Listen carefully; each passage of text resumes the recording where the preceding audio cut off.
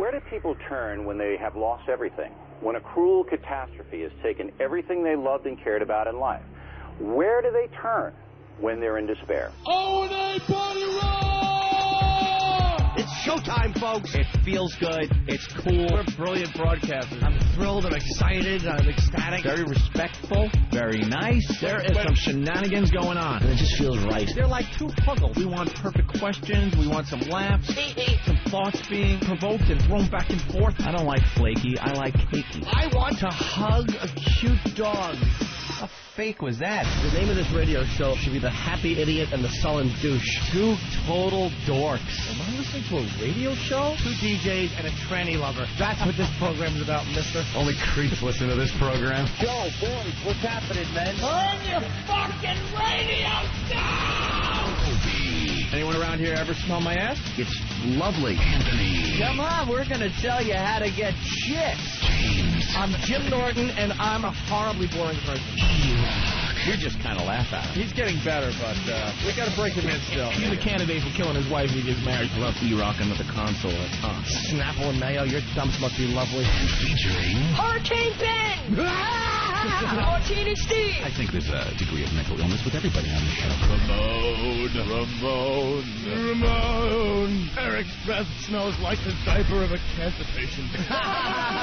Can I say for the record that this program sucks a fat dick? I got a few ideas that could get us fired. Please use them. But enough of this palaver. Let's get the show on the road. Fish in the hole!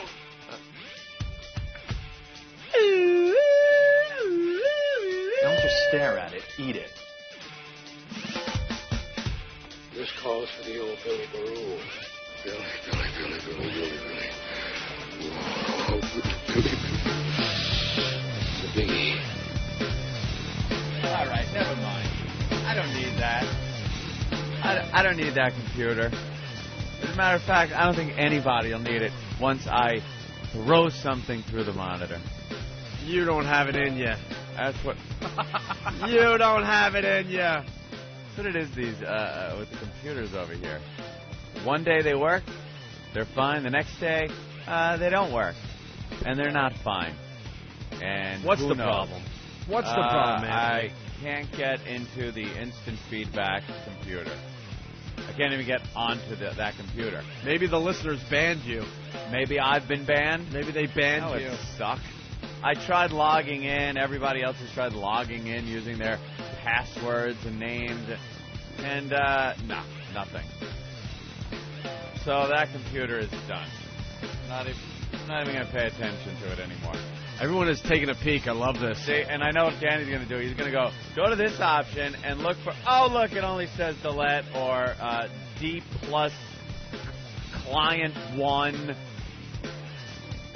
Yes, you got another, all right, I'd be happy to step aside. Everybody, that's Mars. For those of you watching on Pal Talk, he is now typing away. This is a great way to start the show. This is trying wonderful. to get my instant feedback computer going. Mars, you have to enter. Okay. I'm trying to help. Shut up. I'm trying to be helpful. I'm good at this stuff. No, you're not. You're horrid and never helpful. Do you know what I do when something like this happens? I just turn it off and I try to restart the whole thing. That usually helps. That's what I do. The system cannot log you on because the domain delete is not available. There's domains that aren't available. Oh, well. What are you going to do? Oh, well. This is wonderful. This is how you start a radio show. Watch a guy type. He's good at it, though. There we go. How'd you do sit that, there Mars? And watch a guy type. What'd you put in? Can't tell you. What was it? What, you just... secret code? You just entered secret code to get Anthony's computer up and running? That's correct. That's correct. Look at that. Whatever works. We're too stupid to understand what he just did. Much too stupider. We needed the tech guy. Tech guy. Tech guy. We're stupid. I'm really stupid. I don't know. I love tech guys that just know they're so far ahead of you that they're like, don't even bother asking. I'm not telling you. I'm not wasting your time, and I'm certainly not wasting my time. You know, guys, this whole thing's going to blow past. We're going to look back on this someday and laugh. Remember the day the thing wouldn't start? We're going to go, we're going to What are you going to do? What are you going to do? It happens, right? There it is. All we got it. All set to go? All It's set to broadcast? all there. Seeing a different format on this. It's a little big, but I'll deal with it. You're going to do all right with that. I'll deal with that. It gives me a bigger ban button. Hi, good morning, everybody. Good morning. How are you? We're all doing well. This is XM Satellite Radio. Yes, it is. And this is the ONA virus spreading across America. Slowly but surely. Yes. Getting more gooder every day. And it's Whip 'em Out Wednesday, I believe, right? Is it already Wednesday? How did that happen? Let's see. We had Monday off. So yesterday was Monday. Yeah. So today should be Tuesday. You do that? But now it's Wednesday. So now we jumped ahead. And tomorrow's Friday. Yeah, tomorrow would be like a Friday, so today's like a Thursday. Yeah, but it's Wednesday. Yeah. So, but tomorrow's definitely Friday for us. Oh, yeah. It's a Friday show because Friday, we ain't coming in. Friday's like a Saturday. We got Is two. it? Yeah, we got 2 Saturdays. 2 Saturdays this week? 2 Saturdays this week and 1 Sunday. Love 2 Saturdays. We should have 2 Sundays. 2 Sundays? We're working on that as well. Oh, we horrible. The more time we could get off, the better. The better we're going to be at broadcasting. Awful. Well, we got Vegas next week. Vegas, yes, CES. I know you're going to be that. in the Vegas area and you're going to be close to CES. I don't even know if you're allowed in. I don't know. Isn't it like a... It's like... I don't know only what it insiders are allowed in, and the press. Like trade people? Yeah. Because I know there are a lot of people on MySpace that have been sending emails and stuff, messages saying that they're going to be in Vegas. They want to hook up with us. Some listeners want to hook up, play some cards. Whether they get in to the CES or not, they want to hang out and play a little cards. Little cards. Yeah. Where are we going to be this year? Vegas. MGM again? Well, maybe, maybe not. All depends on what names they're putting us under. I think Venetian, actually, to be honest, if it means anything. Yeah. Venetian. Seriously? Yeah. Yeah. Isn't that nice? Look at everyone panicking. Panicky Pete. Because we're just like the Beatles. They're going to be hiding in our showers when we go in our room. You know, no one has to hide in the shower. All they have to do is dial a few numbers to fuck my night up. That's all I'm saying. CUMIA? Who the hell couldn't spell coma? You suck, Jim Norton. Oh, they're just going to be... D-O-N. I dare you to call it. They're just going to be pounding down the door while we're in Vegas. It's going to be some convention guy named Norton. What? No, I don't like hookers with dicks. Why are you calling me? Well, that implies that, hey, wait a minute. Hey, hold on now. I don't care for that. You... Hey, someone needs some marriage advice. We love giving out marriage right. advice. Scott from Modesto, you're on the line. You should be the one giving the advice. Marriage advice. This is Howie from New York. No, it's actually Chris from Missouri. Chris, what's going on? What's up, man? Hey. Hi. I just wanted to ask Anthony on some marriage advice. Of course, I'm sir. thinking I'm getting married soon. Rumor has it you're drunk there, Chris. Well, you know, rumors. Uh-huh. Okay. Yeah, I am drunk. So what do you want to know there, Chris? I just want to know, like, you know, if Anthony got some advice. Like, I'm going to buy a ring. I don't know what I should spend, $300 to $5,000. What's the range? 300, if that's your absolute minimum. No, I don't know. Dude, how long you been going out with the girl? 4 years. 4 years. Yeah. All right. Are you both in love with each other? You can call it love. This is all just right, a disaster in the making. Because even if you're deeply in love, marriage just ain't it. It's not. It's a bad thing to do. You're entering an agreement that is completely against you, sir. Yeah, but you know, it's like it's either marriage or she's gonna, you know. Oh, she gave you an ultimatum. No, she didn't give me an ultimatum, but it's like, you know, I want to kind of get, you know, the marriage thing, and then, you know, have a couple of kids and. See, like he's just like I was. He's thinking that the marriage is going to propel you into this different segment of your life, more into adulthood. How old a guy are you? I'm 31. You're 31, so you're at that age. See, he's like the same age I was at. He's like at that age where you still feel like a kid. You're kind of maybe acting like a kid. Mm-hmm. And you don't have a career like you see some people maybe should. No, my career's cool. Yeah? Making decent money. You know, I just moved from Jersey, so Chris, I used to know you guys from NEW, so yeah. Chris, here's the deal. Cool. It's very simple. Do you have any doubt in your mind? the doubt in my mind is just from shit I've seen happen. Like, Anthony's marriage hasn't been what you call it was a disaster, my friend. Yeah, it really hasn't. I say don't do it. I don't know how you call these things off, though. How long you been engaged? Oh, we haven't been engaged. I'm about to buy a ring. Okay. No. Then don't do it. Don't do it. We get calls from people that say, I'm getting married. The wedding is in 2 months or something. And for the life of me, I don't know how you get out of those things. I could not bring myself to walk up to somebody and go, hey, it's off, man. The family, all that shit. It seemed less painful to me to just get married and then get a divorce, but obviously I was wrong. Like, I couldn't imagine having to deal with family and everything and saying, no, it's off. Wouldn't it be just better to cut off your arm and deal with that family shit?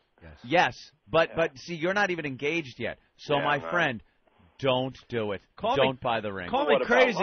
Call me crazy, but if you're calling her, thing as love. Call me crazy, but if you're you're gonna stop. Lose my fucking mind. He won't stop. He's drunk. Holy shit! Go ahead, sir. You're making a good point. Go ahead, make the point. I just wanted to say, Jimmy, I hope you have the most miserable fucking marriage ever. Tell this fucking guy to get married. Sir. Tell him to get fucking married. Ope thinks you might want to get married.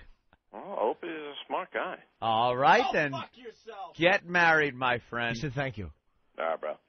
Wait, sir, don't go yet. You're not no, finished. Ope wants to talk to you. please, leave. I think the thing you should do, here's how you get out of it, if you already do it. You guys are missing the obvious. First of all, I just want to call Ope crazy. Why? Because he asked 3 times to call him crazy. Oh. Never got out what he was going to say. He just said, call me crazy 3 times, and then was interrupted by this motherfucker.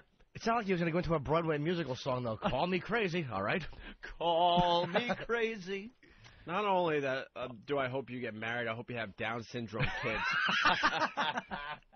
That'll be fun. And not just one. Like, you had the one and go, what's the odds it'll happen twice? Never. It just doesn't. Have you ever seen 2 in one family? Especially 8 years apart. No. Oh, ooh. You think it wore off or something, and then there it is. Yeah, you figure the blood, you get new blood after 7 years or whatever. No. Maybe that DNA got washed out. Chris, I had the most brilliant advice for you, and I'm not giving it to you now. I'm sorry, Hope. I know I fucked up. You're a chatty Cathy. You were talking over. I'm sorry. I'm looking. We don't ask for much from our show. I know. And the one thing is we ask is that you try to listen. I know. I know at times we don't listen. First call. I'm sorry. Yeah. La la la la la la la la la. Oh, jeez. Are we done giving this stupid ass advice? Yeah. I say get married and good luck to you. Yeah, buy a ring, make it very expensive, make sure you're paying for it for years and years to come. Nah, it's cash. And then live happily ever after. Sorry. Have sex. The first time you have sex after you're married, knock her up. Yep. So it ruins her body. And like Opie suggested, perhaps some Down syndrome children.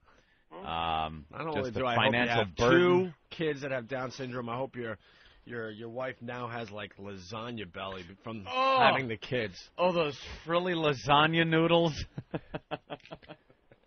Big stretch marks. Yeah. Does she have firm titties? Sir? Huh? Don't be discouraged. Does she have firm titties? Who, me? No, your fucking wife-to-be. Yeah, they're pretty firm. You know, sir, as a caller, you need a lot to be desired. You are really bad. You sure this isn't Jeff Reardon? Are you on those depressant medications that are going to... my medication, and I robbed $200 from a jewelry store, man. He's up on the news. Got to give him that Sucked. much. Only on baseball. Should I get married? Call me crazy, but I say we cut our losses. Cut our losses. I'm sorry about, being a chatty Cathy. I was just drunk. Brian in Tennessee. Cut. Yeah. What's up, Brian? How you doing? All right. Hi, sir. Well, I say I've had them about a year and found y'all, and I never changed the channel now. Oh, thank you, Brian. Thank you. Ron and Fez way back when they were in Houston. Glad to see them there. Yeah. May it be the first to say happy birthday, Jimmy. Thank you, man. It's been kind of overlooked today because the first call was bad. It sounded like. I was a little bit, and I can't believe Opie didn't see it. Thanks, bud. You got the new, I said, I smell bit. I can't believe Opie didn't see it. What's what the bit? What bit, sir? And this ought to be a gem. You've got that new PAL talk where you can see the callers. Yeah. Yeah, one of the fine female listeners called up, play what's in your pants. Before, after you guys guessed, you just had to take her word for it. Now she's got a show. I don't think we have. Up and show. I don't think we have a woman out there that's brave enough to play Guess What's in My Pants on Pal Talk. Well, apparently, right when we logged on this morning, we could have played Guess What's in My Pants, and I could have won with a cock because somebody was on camera jacking off. And he in was the room. He was in one of our The rooms? room was open before I got there. Which made me a little miffed. Like, it's my room, and I log into it, and it's open and full, and people are partying. There's a guy jacking off. I was like the parent that came home. Hey, what's going on here? Get out of here, you darn kids. Yeah, you got the key to the house. I know. How did they get in? I don't know. Some people have some admin things so they could boot Arabs that come in there because Opie means something in Arabia, and the name of the room is Opie and Anthony Live. And for some reason, the Arabian people, the towel heads, think it's some religious thing. Is there still an Arabia, by the way? I don't know. I like calling it Persia myself. And they think Opie means something to their Allah.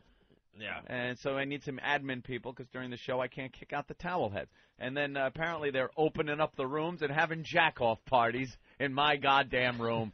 My goddamn room. They're wiping their dicks on your stuffed animals. Yeah. All right.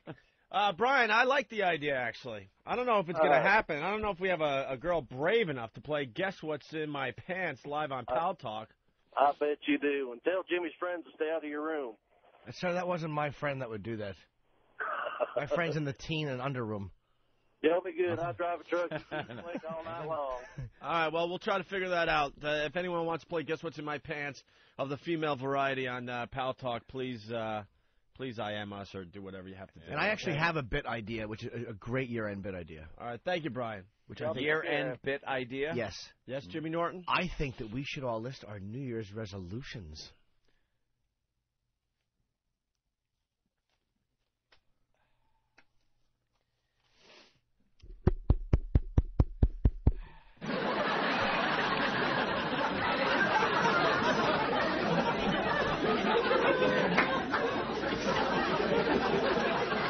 Shut up! You shut up! You shut up! You shut up! You shut up! But like...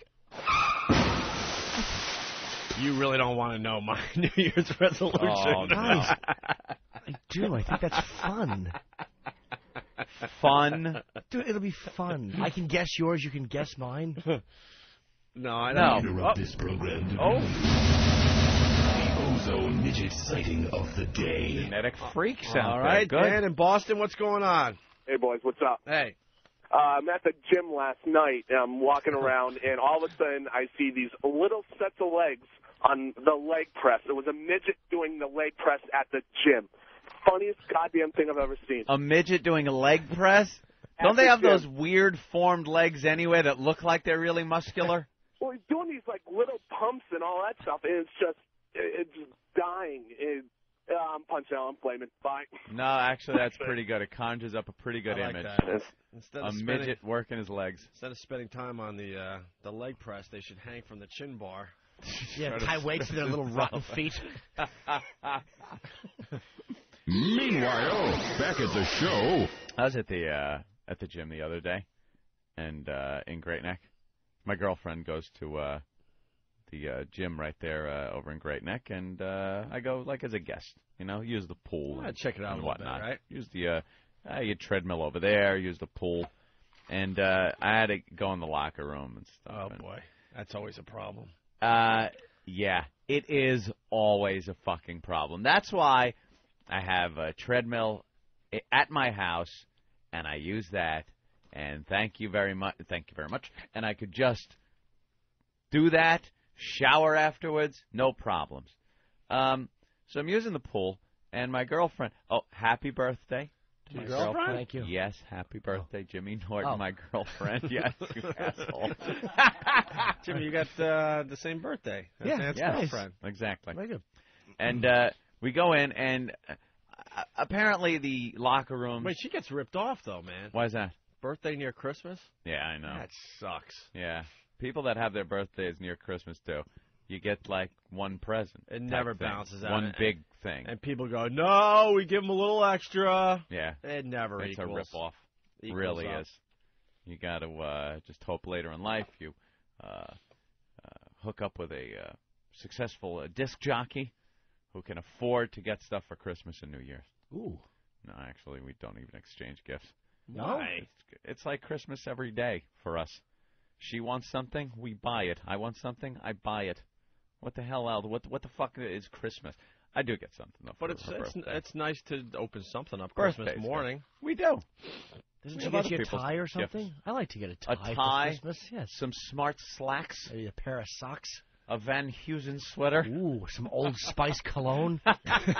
Splash that on. High Karate is my brand. You ever use Canoe, did you? Ooh. What, Brute? Brute by Peppers. Anyway, you were saying. Sorry, Ant. Yes, well, obviously, after you go in the pool, she goes in and showers in the locker room. So she assumed I was going to go into the guys' locker room and shower. Ooh. I go into the guys' locker room. I've been in the pool. How far of a drive is it from the gym to my house? 3 minutes. I'm not going to now strip nude and hop in the shower with that huge Italian hog. Oh, Jesus Christ! Just hits the bench. Big delicious appendage. I need 2 towels just to cover it up.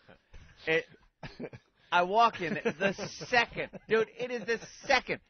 The second, and this has happened every gym experience ever, the second I walk in there, old naked guy has his 1 foot up on the bench, that Turkish taffy ball bag is just hanging with the gray hairs, the fucking, the flab ass, and he's just drying away. And it shocks you. I walk in, and that's the first thing you see. And I look away and make the face. It's more the No, it was the same face that in Fast Times at Ridgemont High, when what's-her-face walked in on okay, yeah. The guy jerking off. Yeah. Oh, I thought you meant the same face he made looking at her. Yeah. So I'm jacking off, right? And just disgusting. And another guy, and they're walking around with their dicks out. You get I understand it's a lot. It's a gym, dude. No. But stop. Keep the fucking towel around your waist. There's towels. You can't run out of towels in a gym. There are stacks of towels. There's a guy's job that is just to bring in the fucking towels. Yeah, if you're naked for more than a second in a locker room, you're an exhibitionist. Simple as that. Well, you get naked guy shaving yet? Oh, yeah, right by the sink. Why? Why be naked? Why, first of all, shave at the gym? Yeah. If you're going to do it, why do it naked? Because he's going right to work, probably. But why or do it something. naked? Why be naked? Do you shave at home naked? No. I don't either. Why be naked? Have a goddamn towel on. It's common courtesy. There is no one in that locker room, unless there's a flaming faggot in there, that wants to see old man fucking body. That wants to see that. You're not giving someone a little show. Why be naked? There's no women in there. Why be naked in the locker room? Jimmy? Forgot to mention to you guys what happened to me when I was in L.A. Oh. In a spa. Sexy story, is it? Yeah, it's a hot one. It's kind of like what you were talking about. I can't believe I didn't call in with this. I forgot. I went to a spa to get a facial. I wanted to get a facial. Ooh, full. No, not the kind of. Oh, I thought you not meant the good kind. No, I went. I got a massage and a facial from this place. I never did it before in my life. I wanted to try it. I treated myself to a spa. You're so fancy. Fancy gentleman. You are. So afterwards, there's a jacuzzi in there. So afterwards, I go in. Now I don't bring a bathing suit or anything to the spa. I see trouble already. Well, yeah. No. But no. Oh, go ahead. Continue. There's not many people there. So the first thing I did when I got to the spa, before I went in there, is I went in and I took a shit. I took a good shit in the spa bathroom. And then I went and I showered. Yeah. And they give you a robe, fancy place. Fancy. Which, of course, the lines were flying in my head. Of course. The robe on. Of course, I enjoyed it. Robert Reed Memorial Robe. Chuckled to myself. RR on it. An extra pocket for tissues. Give me those, review. And so I go in, I get my massage and my facial. It's just great. Which really hurt. Actually, I was tearing. She was popping zits in my nose. It hurt so badly I was tearing because it was really bad. Yeah. So I come back in. I wanted to go into one of the hot tubs. There's two hot tubs. One's hotter than the other, and there's nobody in there. Who wouldn't want to go in? Right. I just wanted to treat myself to the spa experience. So I'm naked under my robe. So I go right up to the hot tub, and I get right in, nude. What? No! I was nude in the hot tub. Lots of bubbles, so no one would be able to even see you. No one could see. And then, of course, of course, I see an older gentleman milling about the locker room. Now, there's two hot tubs, one empty and one that I'm in. And he comes up, and I'm like, ugh. And he goes, splash. He waltzes right over, takes off his robe. He's totally nude. He gets in the hot tub. What is that? You're not... What? What? Gets in the hot tub with me. And you got out. And you got out. Yes, but, let me talk to him. How many seconds did it take you to get out? A few minutes. I didn't want to be rude. A few minutes. Here's what happened. It gets like worse. bubbling egg drop soup. It gets worse. The story should be he got in, I got out. Right. Well, That's not how even it a should pause. Be. Not even he got in and then I got out. I yelled faggot and made a dash for my towel. Well, no, he had really blue eyes, to be honest with you. And I know because he got in and he's like, hey, how are you? And he looked like Malcolm McDowell, but like fat. That's what he looked like. That's the point right. He had white hair. It was L.A. It could have been him. No, I thought that, but his eyes look like Malcolm McDowell. Yeah, I know. But when someone's getting into a hot tub, you look him in the eye. You'd have touched this hog and gone, Malcolm, picture, please. Food. So we're sitting there, and he's singing in the hot tub, naked in the hot tub. Are you through hurting me? Yes, I'm sorry. I didn't sing in the hot tub. I was very, very uncomfortable, believe it or not. Yeah, I would assume. And he's talking to me, and I know immediately he's flirting with me. He's like... How did you know, Jimmy? How did you know? Because I've done that to chicks. I know how you talk to somebody when you want to talk to somebody younger and more nubile, if I may. And he's just chatting with me. Rod was like a U-boat periscope poking up out of the... Dude, I fucking feel his foot hit my foot. Oh, no. This must be what they do in the fucking spas. And he's like, so, it's something, some nonsense he said. Did you get arrested for punching him? I pulled my foot back. That should have been the next thing. You're absolutely right. I pulled my foot back. Yeah. And I'm like, no. And I didn't look at him. I didn't want to encourage him. And he got the hint that I wasn't interested because he was eating an apple in the hot tub nude. And then... Here's the deal, quickly. What, sweetie? And then please continue. Oh, yes. Being nude in the hot tub in that spa is only for gay guys. The guy wasn't being inappropriate. You were. You were being inappropriate by being naked in the hot tub and not being gay. You were being a cock tease. You fucking cock I was tease. Scarlett Johansson in that place, just showing all of my wares. You were a cock tease. Because anyone naked in that hot tub is gay. When I saw him walk in, and I knew he couldn't see my fat, out-of-shape body, he just saw my face, young, boyish face, eager at the spa, looking for an older gentleman's guidance. Believe me, I was an 11. I was an 11. He hit fucking pay dirt when he saw this face.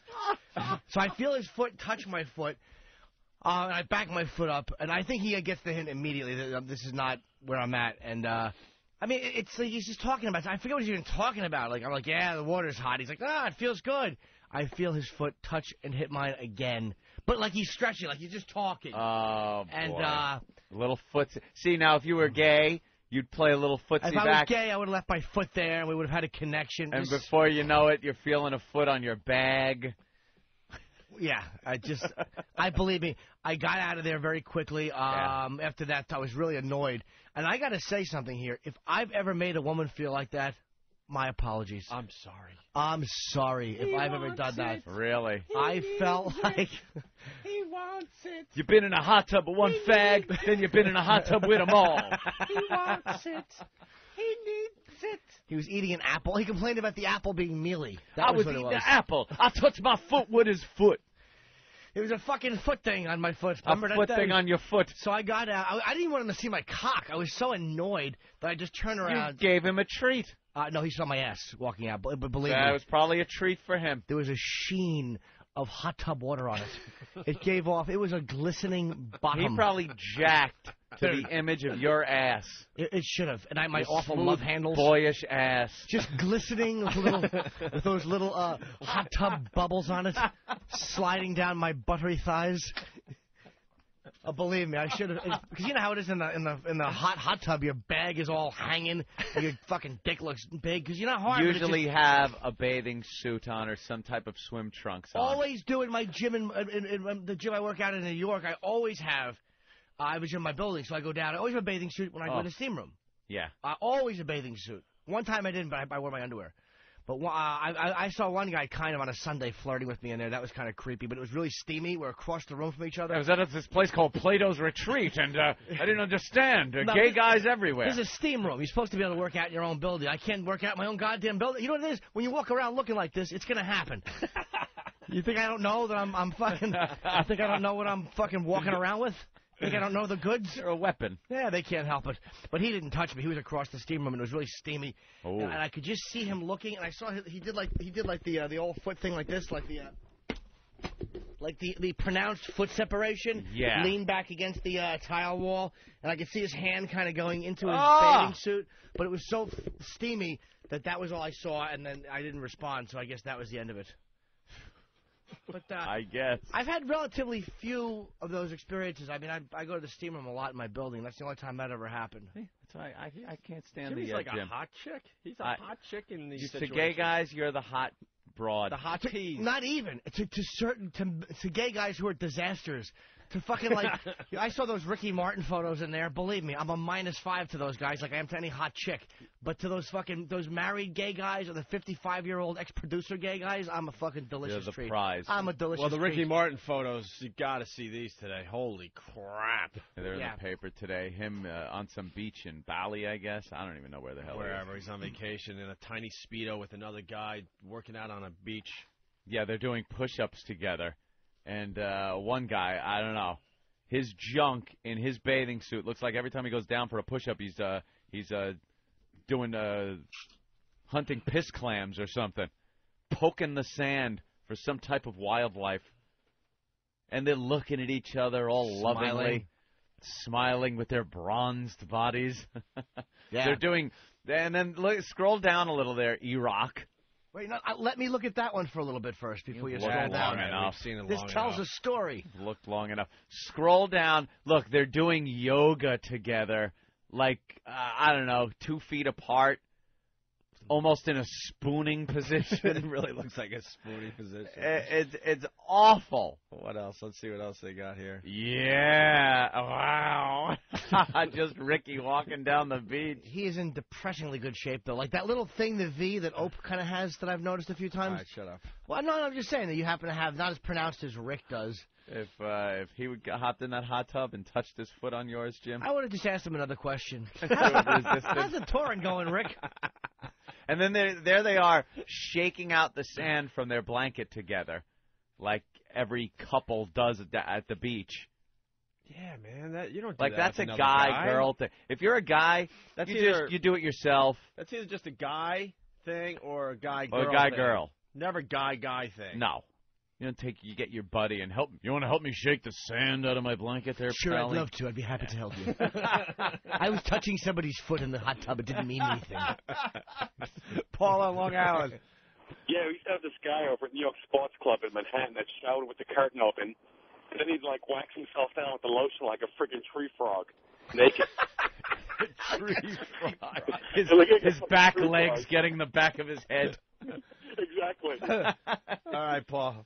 Take care, guys. Very like a tree frog. Naked guy. Remember that. I don't mind Guess what we naked like. guy. I don't like the faggy. I don't like the vibe. Any of naked it. guy. That doesn't bother Any me. It's a naked gym. guy bothers me. It's a goddamn gym. You're right. Why all of a sudden, just because it's a gym, naked people can walk around. Meaning if it's legitimate nudity. There's a Why? difference because, like, when What's you're getting legitimate? out of the shower... There's no real legitimate nudity, There is though. there are towels everywhere. Wrap your shit up. I don't want to fucking see your cock and balls. Oh, it doesn't bother Don't me. want to see it. I'll shower. If I shower, I don't panic if a guy sees my ass and dick for a second. Who cares?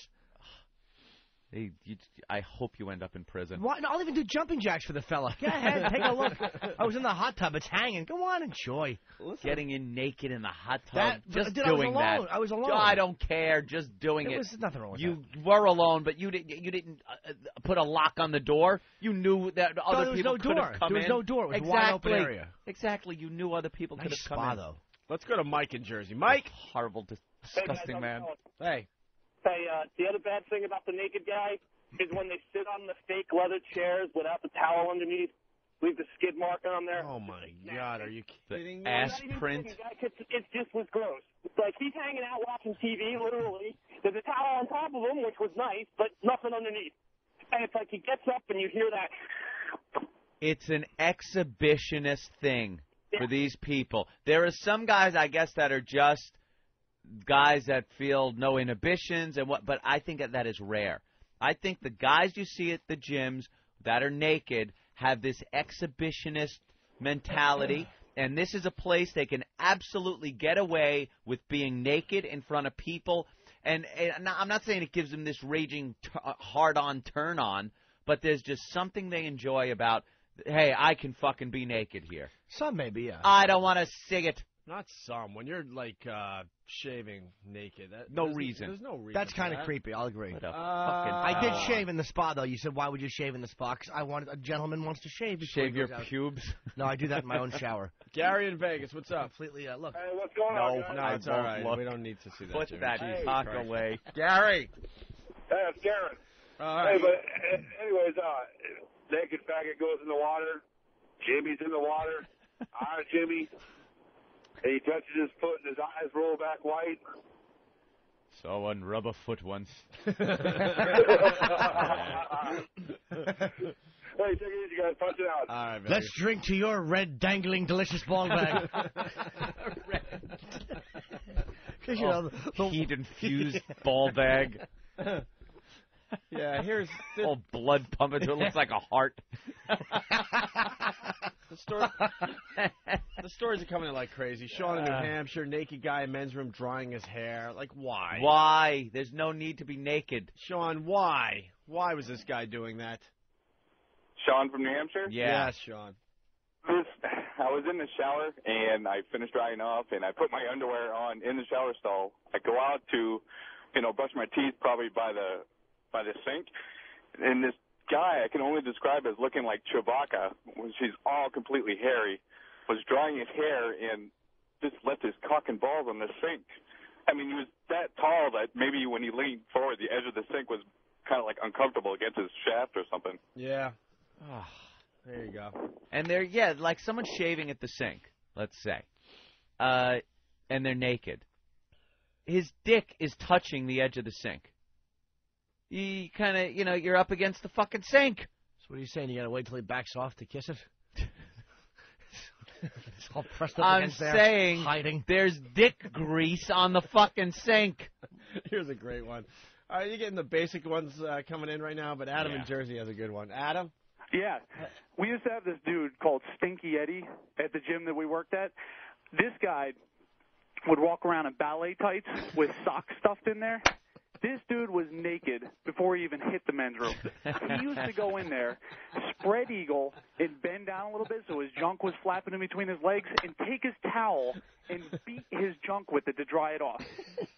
Everybody used to know when Stinky Eddie was in the gym, and they would just avoid the men's room when this You'd dude hear was that there. slapping of him whapping his dick with the towel. But why would Stinky Eddie stuff his undershorts and then all of a sudden be naked all the time? Why would he give himself away? I'm pretty sure he was gay. I think he was trolling. Do you think? Yeah, I think so. That's funny. Very All right. good, Adam. Punch. Let's go to Eric in New York. Eric? Good morning, boys. Good morning. I paid $1,500 for a membership in Bally's. Yeah. Always went home sweaty. Never took a shower there. Right. I saw what was going on there, man. I never showed up in the gym again. It was Really? ridiculous. You blew off your whole membership because you saw a naked guy? Yeah. No, some of the gyms are just gay havens. Yeah. I don't consider myself homophobic, but I just couldn't take that. Yeah, that's the difference between. I've heard of guys like blowing each other and stuff like that. That doesn't. I mean, the gym I work at's in my building, so I think it's people who are living there. They're not just fucking creeps rolling through. Except for the one guy who just couldn't resist when he saw me. I mean, let's go to Fargo. We love calls from Fargo. How are you? Hey, Fargo. How's it going? Well, we had a little trouble down at the gym the other day. Guy was in there totally naked. I don't know. It was a little cold outside, so maybe he was experiencing some shrinkage. I don't know. Kind of funny looking. No, here's what's going on. Yesterday when you guys ended the show, you said we were going to play fucking Guess What's in My Pants, and I tuned in, and you guys are talking about naked, sweaty men. Yeah, we're gay again. What the hell is that about? It's just the conversation turned this way because I had to express my disgust for the naked guy at the gym. And you sparked a memory in me. I'm sorry there, Carl. Happy birthday, Jimmy. Thank you, Carl. I appreciate it. It's getting lost in all this hype and gay talk. I think that call's going to end that discussion. Said he was going up by the lake. Hey, guess what's in my pants? That lady Yes. was supposed to, or that woman, or that girl, whatever she was supposed to call right away today. Lying cocktails. And then we're trying to get a girl on Pal Talk to do it live. On Pal Talk. I know that's going to be almost impossible. Yeah, you know, we got a couple of girls on Pal Talk, but and no offense, ladies, but they're the same girls all the time. Right. You know, they're beautiful and everything, but don't go, oh. I'm saying they're the same girl. To play Guess What's in My Pants, we need a girl we don't know. And there's Lucci pulling her tits out. Thank you is very much. what we call a very good egg. What a good egg she is.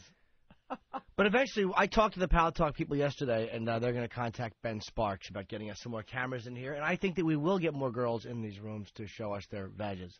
And then the other girl up on the cam is doing something there, laying in bed again. Is that you just have your panties on, and they're kind of halfway covered with her covers? Yeah, but she's always laying in bed. It's like talking to Dreyfus, and whose life is it anyway? She never gets out of bed. She just lays there. I want bunny rabbits on my bib. Anybody remembers that? All right. Well, we'll try to get a girl to play Guess What's in My Pants. We'll take a quick break. We got some things to do today. Thanks. Bill Burr's stopping by to say hi. We haven't seen him in a long time. Oh, Bill Burr's coming here when Jimmy's here. Yes. That ought to keep him off his high horse. It's going to be a little tension. I can't No wait to see tension. that. Our feet may touch under the console. Close good. enough. He should be naked. We have the Jeff Reardon story. We have Club Soda Kenny's stand-up. I guess he killed with his hacky material. Oh, he's good. We got What? audio of that. I went to see King Kong. And we'll talk about King Kong next as well. Had a little problem in the theater, too. Really? No It surprise. never fails. How about we'll start there when we get back? Absolutely. Hello? Hi, Hi. Bill. Hey, my name's Danny, and I've been sent to the O&A archives to gather up material for O&A's bonus bits. It's a whole pile of clips from the O&A show that we wanted to fit into our year-end special, but we couldn't do it because of timing issues. And we couldn't even find them. I wonder what's in this drawer. Ooh! Bits! And they're best bits! You know what? We could probably make a whole nother show out of this. It's Opie and Anthony's Bonus Bits this Friday, December 30th from 7 to 11 a.m. And then afterwards, we'll get on our webcams and show everyone our dicks. Not those bits, Travis. Bravo! Hey, I like that. That's a funny fucking promo. Oh, just kidding. Pretty Vegas in excess in the background here. It's the O&A program on XM Satellite Radio. We like to call it the O&A virus. On this fine Whip 'em Out Wednesday, get your WOW stickers by going to opieandanthony.com. You throw the WOW stickers on your cars and your trucks, and there are women out there that will flash their titties. I am flirting with disaster here. Why? Well, I'm going back and forth. Dugout Doug is IMing me about a program that does video captures of things like Pal Talk and stuff like that, so you could capture the video, obviously. Yes. But I'm also instant messaging my girlfriend about something later, and I have to take a code that Doug gave me and give it to her, so I have it later when I go to put this program on my computer at home. Very dangerous when you're going back and forth like that on IMs. I think I sent Dugout Duggan. I love you, sweetie pie.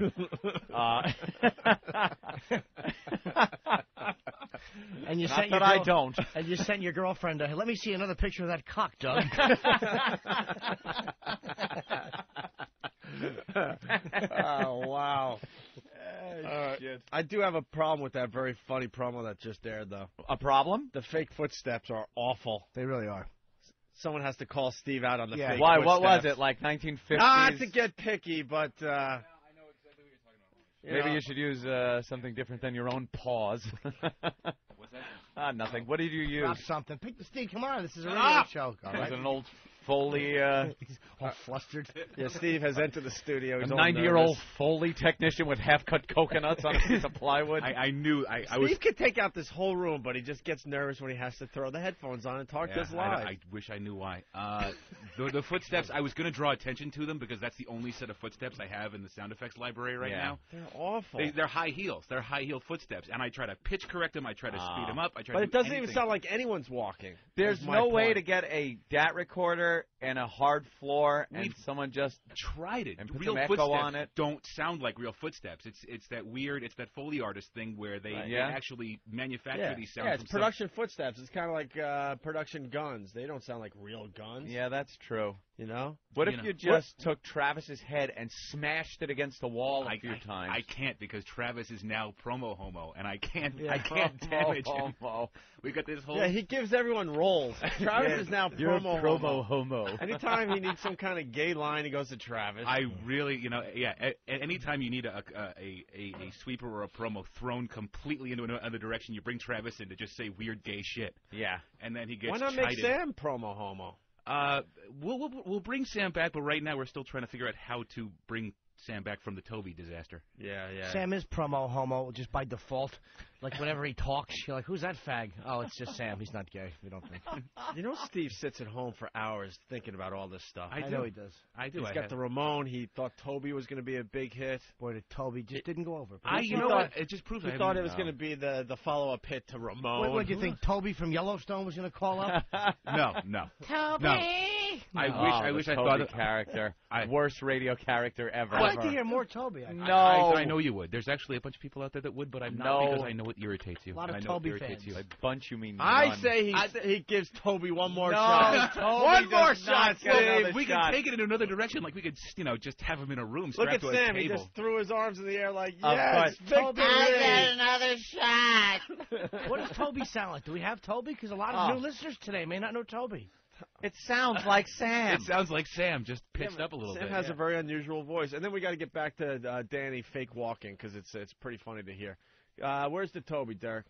You got it? Hit it. The following is a simple guide to getting your very own WOW sticker from the Opie and Anthony Show. O&A Party Rock. That's right, Toby. O&A Party Rock indeed. Boy, I love them. Head over to opieandanthony.com and click on the WOW sticker button. Sometimes I pick my nose with a coat hanger. That's nice. You keep doing that. It's all sticky. Or send a self-addressed stamped envelope to the Opie and Anthony Show. Attention WOW stickers, 111 West 57th Street, Suite 500, New York, New York, 10019. Gosh, that was easy. It sure was, Toby. Now put that WOW sticker somewhere obvious. Putting it on my eyebrows. Now, Toby, I wouldn't do that if I were you. Adios, eyebrows.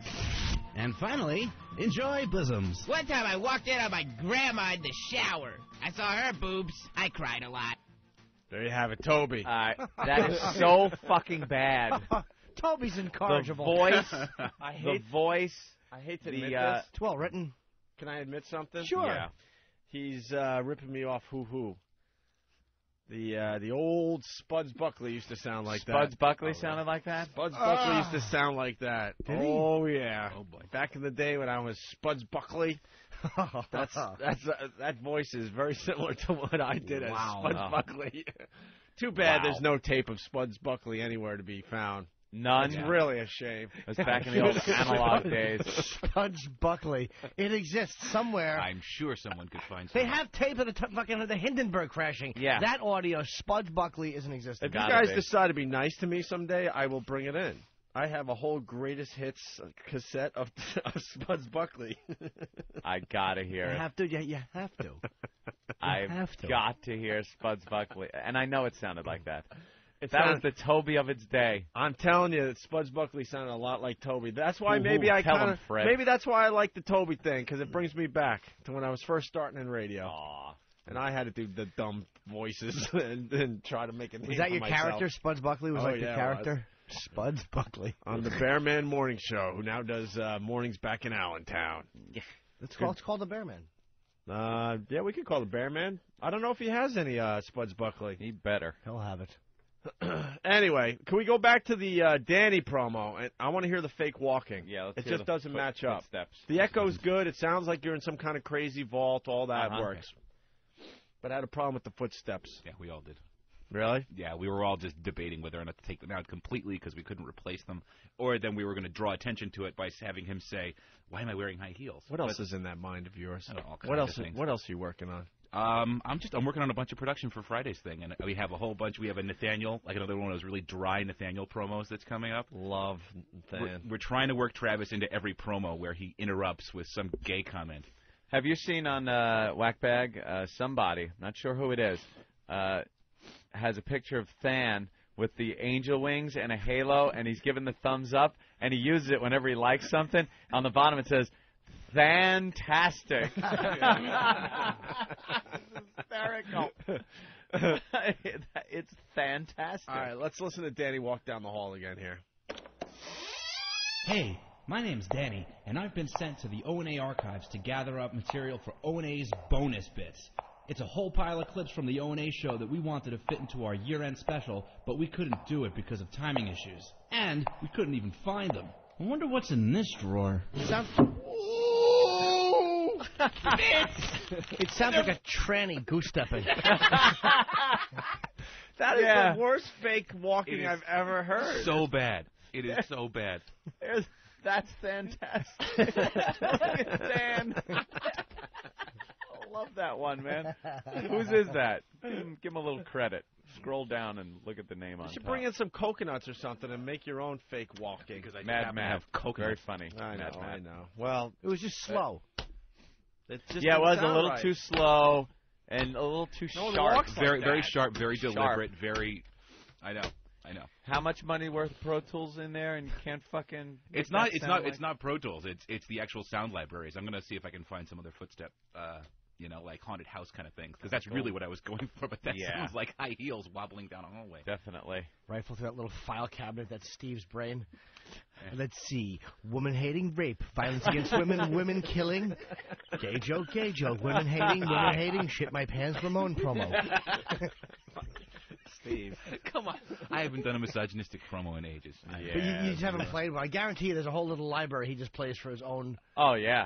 Hey, look, man, my head is a different story entirely. Quite frankly, several of these things going Steve scared the shit out of us when we first started XM with all the promos he came up with to begin this adventure.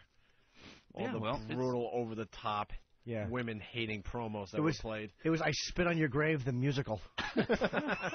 You want that opportunity to be a little bit creative, a little bit more creative than you would have been normally with terrestrial radio, and that's unfortunately the well I went to. Yes. Over and over and over again. Right. Dove into. Steve. Head first. Thank you. You had a great year on this show. Thanks, Steve. Absolutely. As he leaves, we'll play a listener sweeper.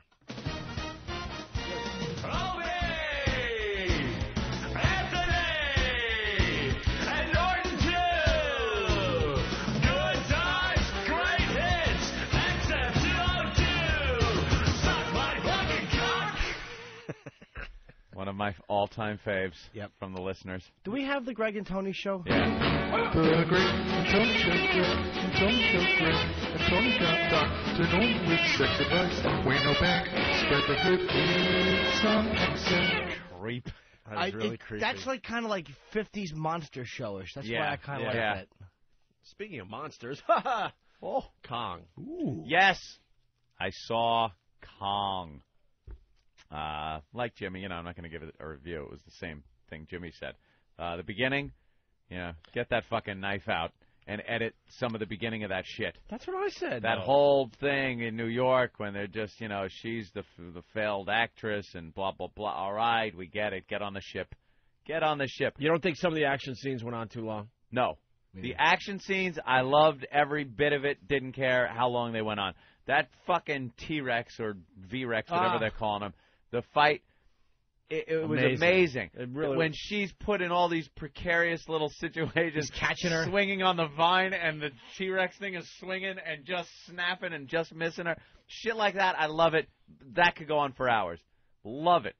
The gorilla, an amazing job on that whole thing. The facial expressions were fantastic. Did you get nervous watching them on the building, like the heights and stuff?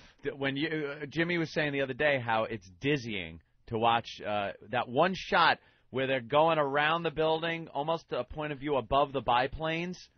It was dizzying. Yeah.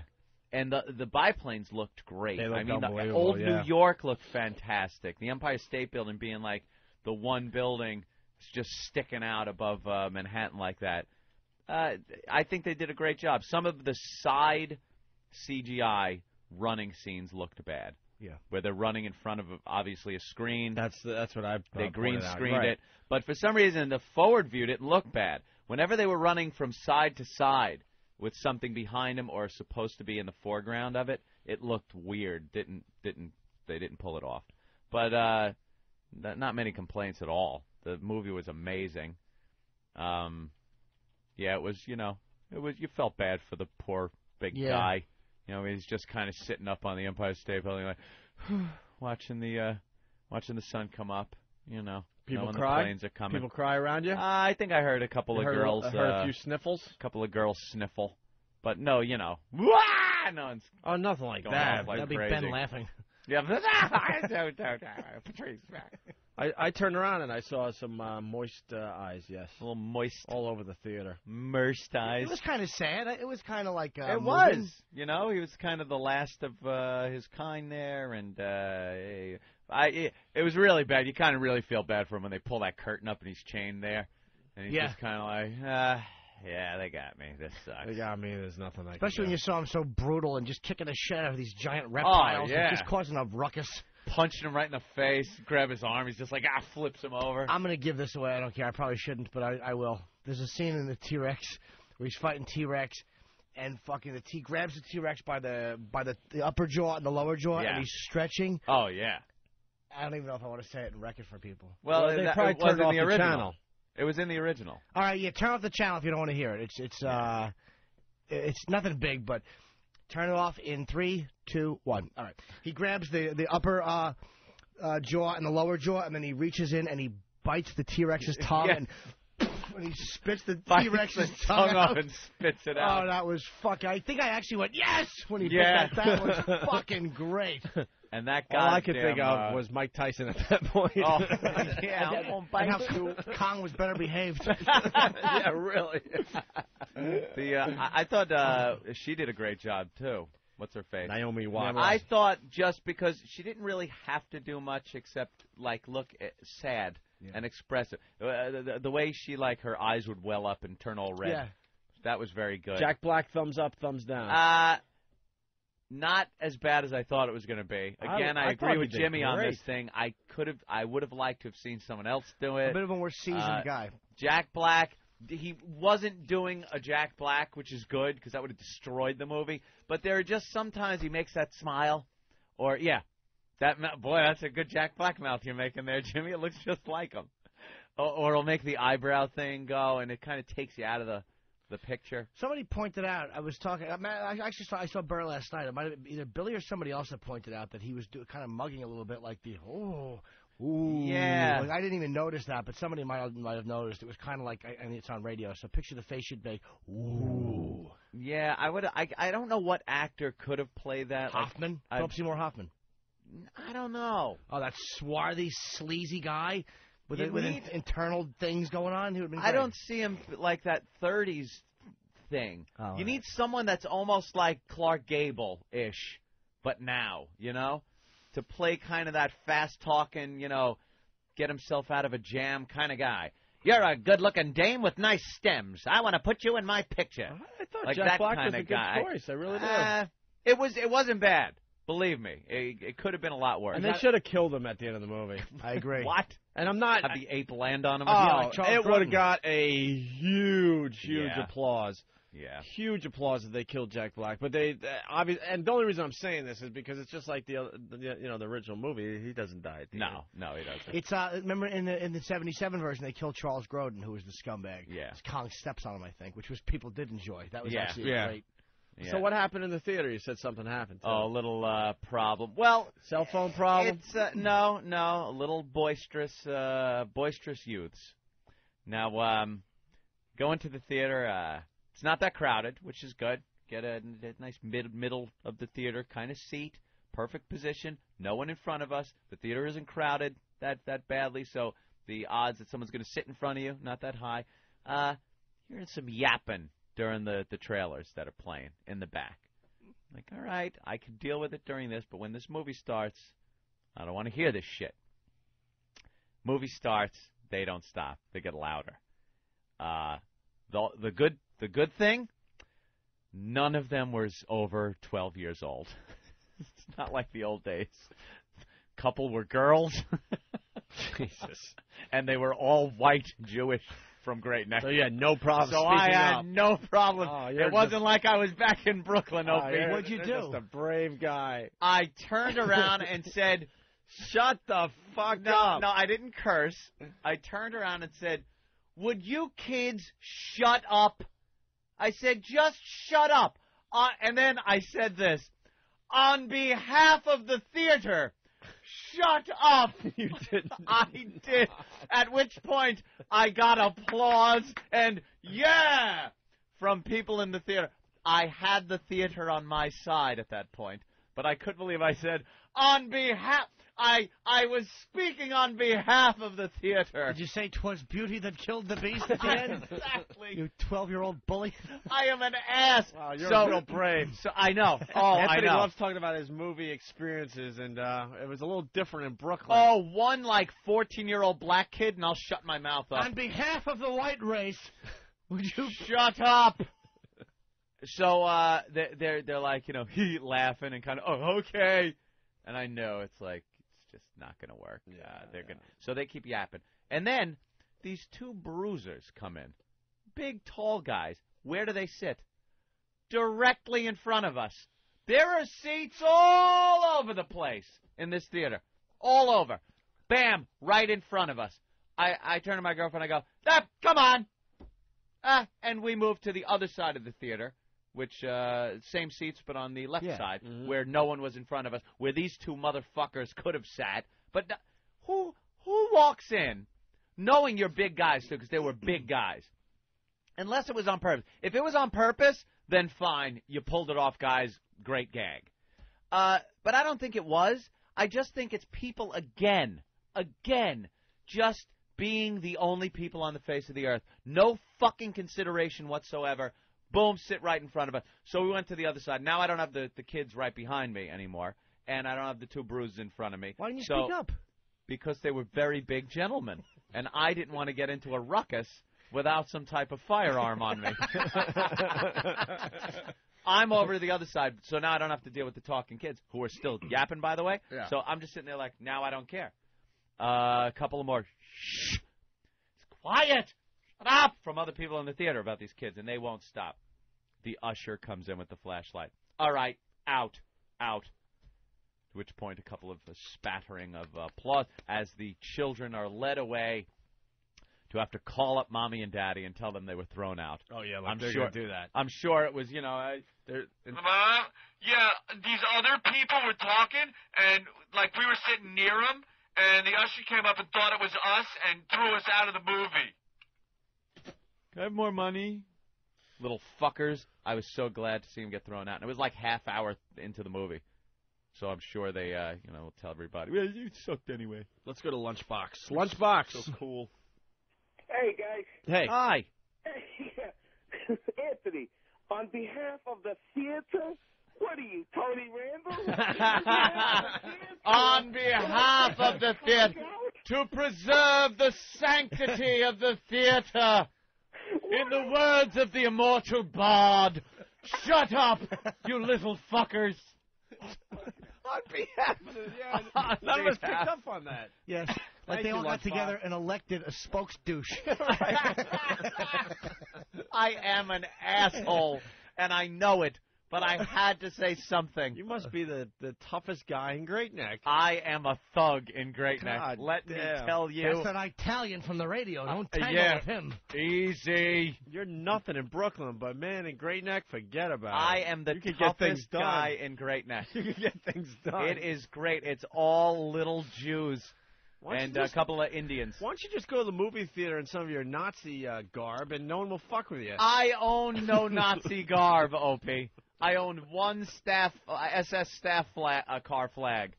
That is all I own. Yeah, Looking to increase my collection. That's all I own, and it's all memorabilia for World War II, not some fanaticism for fascism or Nazism. I have this stuff as memorabilia for an era gone by, not an ideology that I completely renounce. That Norton line yesterday still makes me laugh. His girlfriend finding him in the middle of the night. Oh, I know. I heard that on the replay yesterday and laughed at that one, you little that fucker. That made me laugh to myself all day yesterday. I have a problem. Help me. Douchebag. It was delivered perfectly yesterday. Do not own Nazi uniforms. What are you doing? I don't know. Can you help me? Can you help me? I don't know. Can you help me? I own no Nazi flags. There is not one swastika in my house. And just that I have to say that makes me feel a little off. Oh, my Not God. Let's say hi to Kara from MySpace. Kara. Hello. Give us some good news, Kara. Hi, Kara. Hi. I called in to do Guess What's in My Pants. And I know I was supposed to call like an hour ago, but I overslept. You know what happened because you overslept? What? We got really gay because you decided to oversleep. The show went a little gay. A little. Because you were sleepy. Hey, it's my vacation. Wow. You have the red on with the blonde hair, Kara? I do. Might I say for the record, you're lovely. Thank you very much. Oh, that's a picture of her right there, huh, from MySpace. Are you my friend? I am. Are you Jimmy's friend? Yes. Bitch. Where do you live? Oh, here we go. I live in Massachusetts. I'm north of Boston. Here we go. You know what? When Jimmy starts this conversation, all I picture is a leopard in the bush with the shoulders getting haunched and, like, the head going down. Funny that Jimmy never asked where the ugly girls live. That's true. If you're over 350, you could be living in a cancer ward and I wouldn't know it. Why? Because I won't ask. If I hear this, I really enjoy the show. I don't care where you live, fat pig. I don't care if you do. Hey, I messaged Jimmy and I messaged Anthony a bunch of times. I never got replies, ever. I reply to everybody. On MySpace message? Yeah. I don't get them. For some reason, I had it to set to you can't IM me. I didn't mean to. You could always, if you email me, I'll send you back an apology, Kara. Okay. All right, fine. Now that he knows what you look like, trust me, you're going to get a lot of fucking emails. Yeah, well, Oh, yeah. And a plane ticket to Philly to see him New Year's Eve at the Tower Theater. That was a backhanded plug, but I'll take it. Holy shit. Well, yeah. So, yeah, I messaged you, Anthony, like a bunch of times. Ooh. Yeah, never got a message back. I bet you messaged him before me because he's Anthony. No, I actually messaged him saying, What did you message? I said that I have this week off. I usually can't call in, and I had this week off, and I was going to call in, and you never... Boring. And you said, you were saying your message was that you had the week off, right? Yeah, I remember that. Yeah. Oh, I don't get my instant don't. messages. Of course you don't. I'd lose respect for you if you did. So what kind of work do you do? I work at a school. A teacher or a custodian? A teacher. Why are we still talking? Rub that snatch. Rub that snatch. All right, you want to play Guess What's in My Pants, hey? I do. All right. You don't have a MySpace account, do you? I do. You do? I do. And a camera? I have a digital camera, but not a web. Pal Talk, I'm sorry. You have Pal Talk? We're Pal Talking like crazy these days. I don't have Pal Talk yet. I do want to get a regular webcam so that I could do that. I have a Logitech that follows your movement, which I haven't used yet. But I have a great camera. You have one that follows your movement. Yeah, it was a good one. I mean, you put on like a little stand if you want to. Really bugs me. Why? Because you have a better camera than me. Oh, it's fantastic. if I go to the left, if I do this, the old robot tick to the left, yes, it will follow my head. I don't set it for that. But I could. Well, now I need one. I can walk around like Gordon Gekko, just kind of talking, and it will follow me because it knows. I like that. Oh, wow. There's a picture of you on all fours on your little bedspread. You're very pretty. And Thank your you very much, cleavage is Jimmy. showing there. Very nice. Yeah. Are you a married gal, are you? I'm No. very involved. All right. Involved. I don't know what that means. I have a boyfriend of 3 years. You're saying you have a gentleman caller. Yeah. Okay. No, that's all about. He may be listening right now. Nah, but she. No, actually, I can see him. He's in bed right now. Ooh. What's he wearing? You want to come over, Jimmy? Oh, hubba hubba. Got a hot tub, do you? Little footsie. All right, you're a teacher. You're 24 years old. We've seen your pictures. I think it's time to play Guess What's in My Pants. All right, let's go. We going to play any music? Jingles. Or just get right to it? Well, hold on, sweetie. We need a jingle. All right. That would have been a good opportunity to play it. Instead of me talking over it. Time to play. Like Derek can take a cue. Place the receiver upon your beaver. It's time to play Guess What's in My Pants. What time? Guess What's in My Pants. My pants. All right. For all the brand new listeners of the Opie and Anthony program on XM Satellite Radio, Anthony, how do we play Guess What's in My Pants? Oh, one of the most fun games we play here on the Opie and Anthony show. Absolutely. This proves that we're brilliant broadcasters. Mm-hmm. What Kara is going to do is take her telephone and rub it on her most intimate of region. That snatch area. Can I interrupt you for 1 second? Yes, of course. What is this this game for but interrupting? We do it every time. I know, but the listeners, I think they're a little smarter than us today. They're coming up with all the lines that we should be coming up missing. With. Bruce in Louisiana, go ahead. Hey, happy birthday, Jimmy. Thank you, Bruce. I said that in advance because I'm going to tell you what involved means. It means won't fuck Jimmy. You know what? I actually did think of that, and I have to agree. It does mean that. And Bruce, thanks for the old. I'm let's just say very involved in not fucking Jimmy. Yes, it's a new project called "Don't Fuck a Jim." I'm committed enough not to give you any pussy. All right, so where were we, Anthony? Explaining the game. Kara is going to rub that phone on her region, her nether region. Is there hair there? Is there not? Who knows? That's what we have to determine. Right. She will rub it up and down, side to side, and in the all-important circular motion. Can I interrupt you again? Of course. Yes, go ahead. I just want to say Just wanted to interrupt me. I thought so. I was going to say no, too. Damn it. That's right. I should have said, on behalf of the listeners, I'd appreciate it if you Right. didn't. On behalf, I like representing everybody. Yes. And I did throw my hand out like I was delivering on behalf of the a line. audience. In the theater. You can't see Anthony. He's got one hand on his chest and the other hand out like he's making an important speech. Outstretched. People of the theater, I implore you. At this point, he's holding a skull. I don't know what that means, but it's Uric. Shakespeare. Shakespeare. Alas, loud teens. He's talking up to a balcony right now. We don't know why. You should just be talking into the mic, Anthony. He's like that lady who's telling everybody to applaud for John Merrick in the theater. Yes. On behalf of the theater, clap for that fucking turnip root Usher, Usher, wherefore art thou, Usher? Please removeth these children, these noisy youths, on behalf of... I do stink. No, you don't. You're just a bully. I wanted to watch... 3 hours? I wasn't going to sit there for 3 hours listening to that crap. If they were black, you would have. You are absolutely right. If they were black and 17 and all wearing either blue or red visors. FUBU shirts. Yeah. You just said, hey. All over. We better go to another theater. And the oversized white T-shirts. Yeah. One of the hottest styles in the hood. Is it? Oh, yeah. Like you know. He does. He's always up on that stuff. Oh. I know shit. He's got cheddar. I'll get 10 fucking people to back me up on that one. Yeah. It's all about the long, oversized white T-shirts. Yes. I never see. Even saw that in the Cayman Islands. The trend even hit the Cayman Islands. They're not wearing that in Great Neck. I'm not seeing it in Great Neck. Of course you're not. All right, go ahead. All right, Kara. What she will do is rub the phone, blah, blah, blah. We must guess what type of hairstyle she has.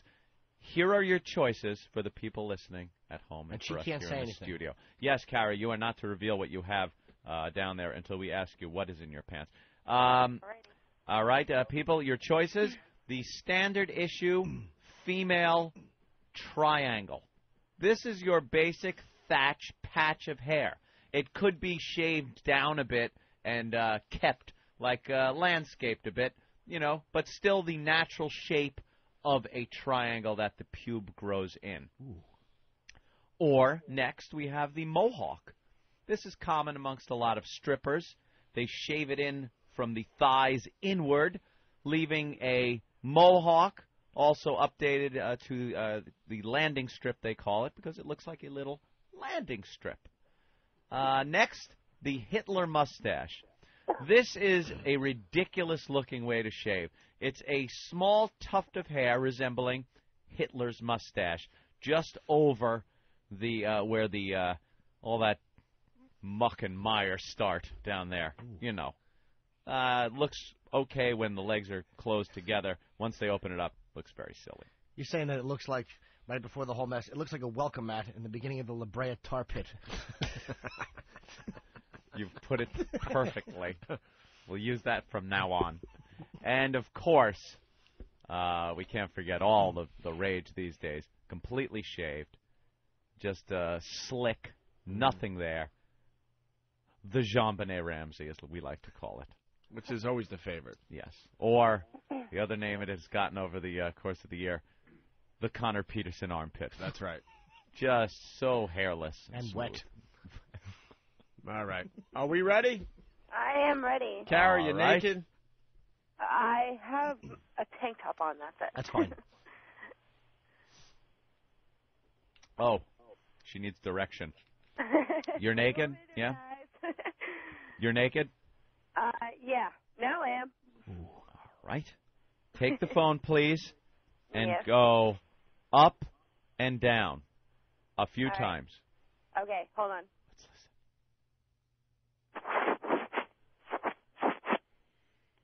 All right.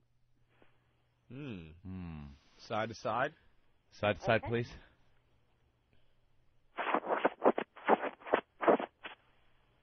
All right. And circular motion a few times. All right, here you go. All right. I hear wispy. I need side to side again. Okay, here you go. Yeah, Okay. very telling. All right. Very all right. telling. All right, I got it. Very telling. I got it. Go ahead, All right. Anthony. I'm going to say mohawk. Landing strip, yeah. Yeah, same landing strip, mohawk. Nope. Opie's Uh-oh. going off the map here. Greg says no. No, it's a wood floor. You're saying wood floor. But she hasn't had time to shave yet. But we were just hearing, what was that thing we were hearing in the middle? Was that a little flesh slap going on the phone? Yeah. The Yeah. phone kind of got stuck for a second. That's, yeah, Like yeah. a- That is a deceiving part of the side to side. All right. Well, we've guessed here in the studio. You've guessed at home, I'm sure. It is now time to reveal. Kara, what indeed do you have in your pants? Opie, you are exactly right. Again, I'm on a winning streak, by the way. I was going to say wood floor, too. I wasn't. But Actually, that landing side to strip was my side first. got me. Yeah. Awesome. Well, I shaved yesterday because I was calling in, but since I didn't get through, Yeah. yeah. Well, See, that's the problem in this game. A lot of the women are tricking us because they're not shaving before they play the game. If that's their Yeah. hairstyle, they're not shaving it, so there's a little growth from the day before, and it's fucking up everything. Yeah. So you got to have really good ears, which I don't have. I'm just guessing. Do you have what they call Hubba Bubba? What's that? It's just a little bit of Hubba Bubba. Kind of, like bubble gum. What he's saying is this: does your vag, and he's trying to say it nicely, does it look like have you ever seen what happens to someone's intestines when a truck runs over their stomach, the way they kind of shoot out of the asshole? I mean, that's not the nicest description, but he's saying there's that kind of... Way to make it sound sexy for everybody, Jimmy. No, it's nice. Yeah, all nice and neat. All right. Of course. Like, you know when you get clams? Yep. And they're nice and cold and tight, and you have to shuck them, and it's really difficult because they're tight. But then there's that one clam that just is like, blah. It's kind of everything's hanging out of it. All you need is a butter knife to open it up. The edges of it are black. You just put the butter knife to it and it just falls apart. apart. It falls apart. That's what I like. It goes. It's gone a little off. And then you're spending time trying to push it all back up into the shell before you eat it. All frilly and you're not like that, right? No. No, she's blonde, 24 years old. Yep. She's very pretty. I'm getting all these messages on MySpace of people guessing now. Very good. Well, very good. Look Opie at that. had it again. He is on a winning streak. Very good job. Is there anything else we could do with you today? What do you guys want to do? I wanted to call in for a long time. Well, couples have sex on our show. We've had dildos and all sorts of sex toys. Well, I would like to call in again. Maybe I can call in again later on this week. All right. She's great. I think we're done with you then, Kara. Yeah. Thank you so much for playing Guess What's in My Pants. Thanks, guys. Bye, Kara.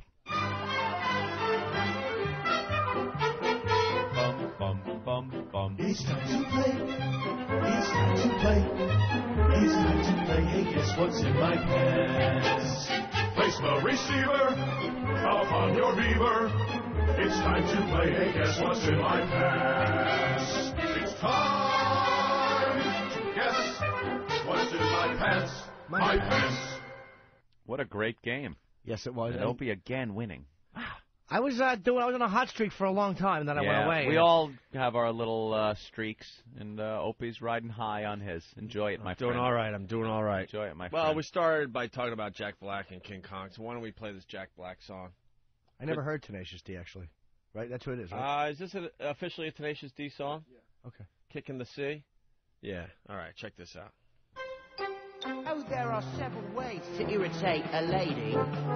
You could mention that her act's gone out of style. Oh, that's sure to get her miffed. It's bound to cause a tiff. But here's a little trick to go the extra mile. Give her just a little kick in the cunt. Kick in the cunt? Kick in the cunt. That's about a nice kick in the cunt. You'll sure have a stumped if you go for the punt with a jolly good kick in the cunt. Now a lady of grace will show utter distaste for a slur or a randy suggestion. But if you call her a whore, it may do nothing more than make a subtle change in her complexion. So give her a kick in the cunt. A kick in the cunt? Kick in the cunt. As about a lovely kick in the cunt, eh?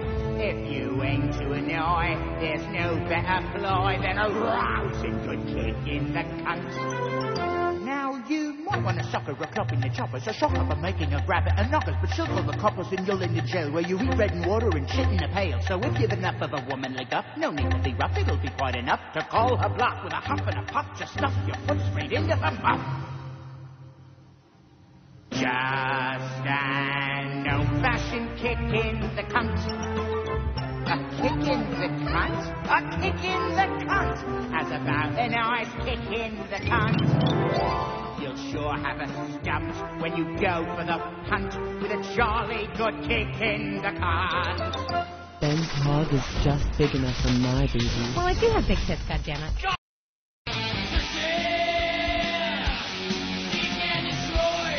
Okay, terrific.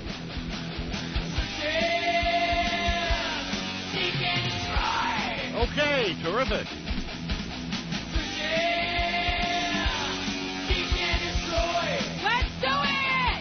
You're checking out the Opie and Anthony program on XM Satellite Radio.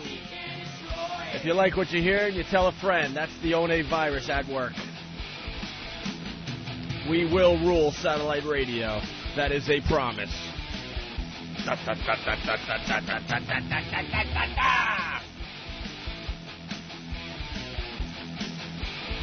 Got some good stories in the news today. Hear about this Alaska Airlines cabin pressure scare thing?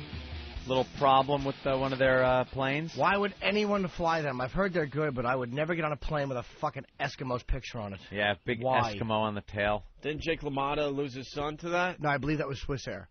It was Swiss Air? I think so. I thought it was Alaska Airlines. No, I think it's Swiss Air. Swiss Air? Okay. Well, here's the audio, and then we'll comment.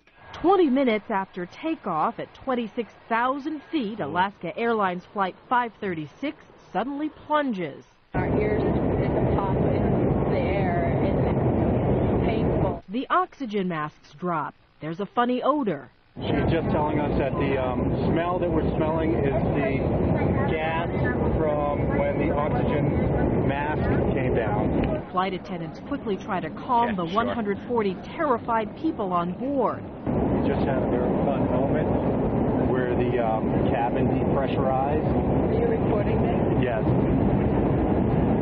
Wasn't fun, huh? He was recording what? I guess he just had his video camera going. So they had some eyewitness accounts. But the reason this all happened is really, really good. Yeah, oops. Really good. Listen to this.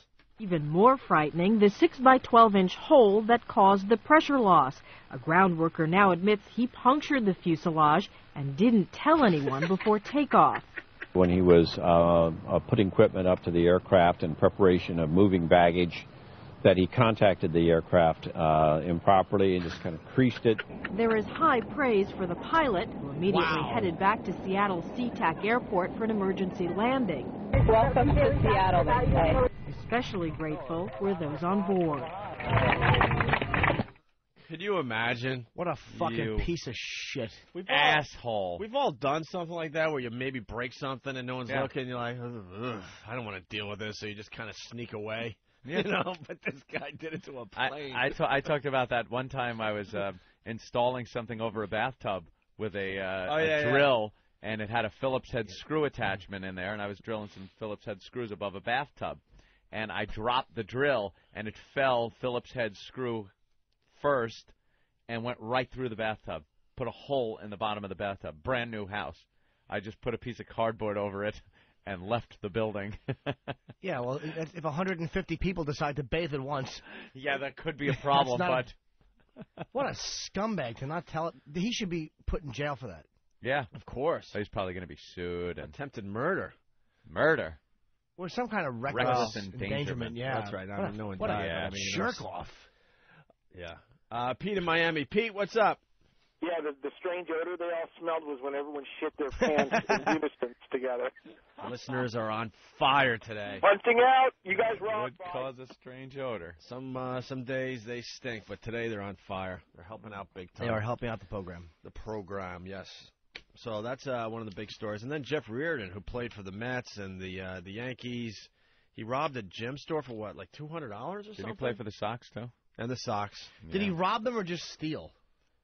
Like, did he actually pull a pistol, or he just... Well, we got the audio here. We let the audio do all our work. I like that. And then we just try to come up with a one-liner, and then we move on. That's what we do. We'll just go, that's fucked up. It was robbery. What, this program to the listeners? Yeah, it's robbery. Not free. Yeah, you think they sit there and go, I thought I would get a little more for my money. The fuck? Every month they get a bill and an apology from XM. Like, look, they've only been back on for 15 months. They're still kind of getting their bearings. Let them warm up. They're still getting the rust out, you know. Give them time. You get used to them. We sort of believe in them. Yeah. Former New York Mets and Yankees pitcher Jeff Reardon now accused of robbing a Florida jewelry store. Police say he got away with $170 after handing an employee a note that said he had a gun. Officers later found Reardon unarmed at a nearby restaurant. The All-Star blames his arrest on antidepressants he's taken since his son's death last year. You got to think he doesn't need $170. That's a heist. Had some problems. Yeah. Oof. And you got to think he wasn't going for a lot of money. He just lost his mind. I believe him. Yeah, I kind of believe him.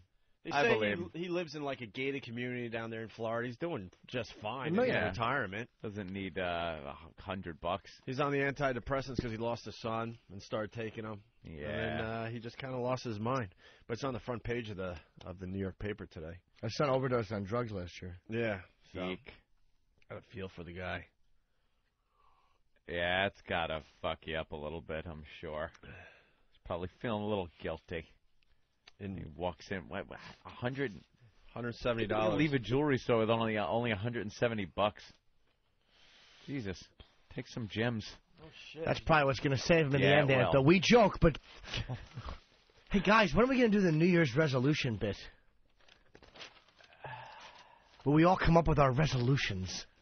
Like I said earlier, you really don't want to hear my New Year's resolution. I do, Opie. No, you I know what it is already. No, you don't.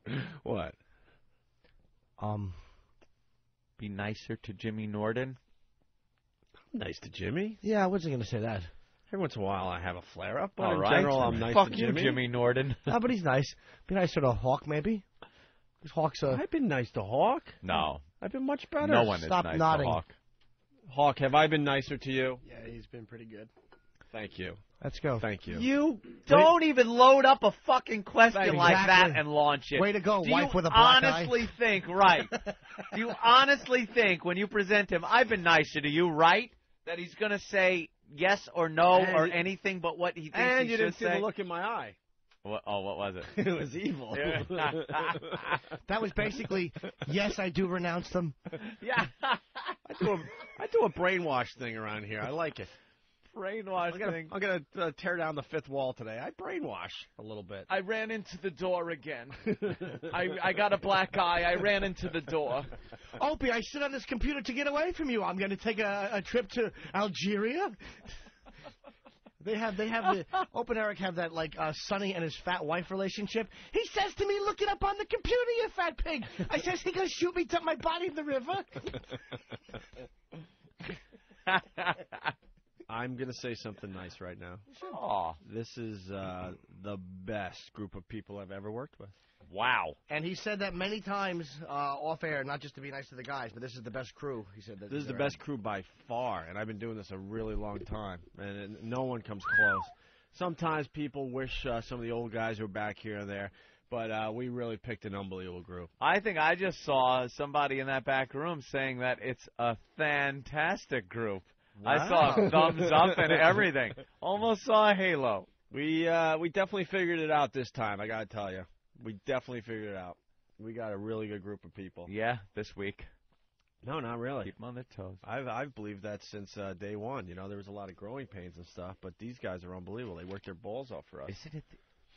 Isn't No it the joke. only crew we've ever had? Really? No. We had a whole crew at NEW. Nah, those were people that had other jobs. We had a crew at AF for a little while. Well, not really. No. It was just me and you. The people at NEW were like people that had other jobs. Like, Steve wasn't a part of our crew, but he was part of our crew. He was a production guy. Ben was part of our crew. Ben actually part of our crew? Part of our crew. Rick was. Stinky was part of our Spaz, crew. who I never really knew. Spaz was for a while. Francine? No, we were paying Spaz for a while. Yeah, but they were like interns that kind of... These guys start as interns. Yeah, but Interns they to work. hire. But they work. That's what I'm saying. We have the best crew. Let's just leave it at that. They're great. No, I don't want to. They're great. Steve has some problems, though.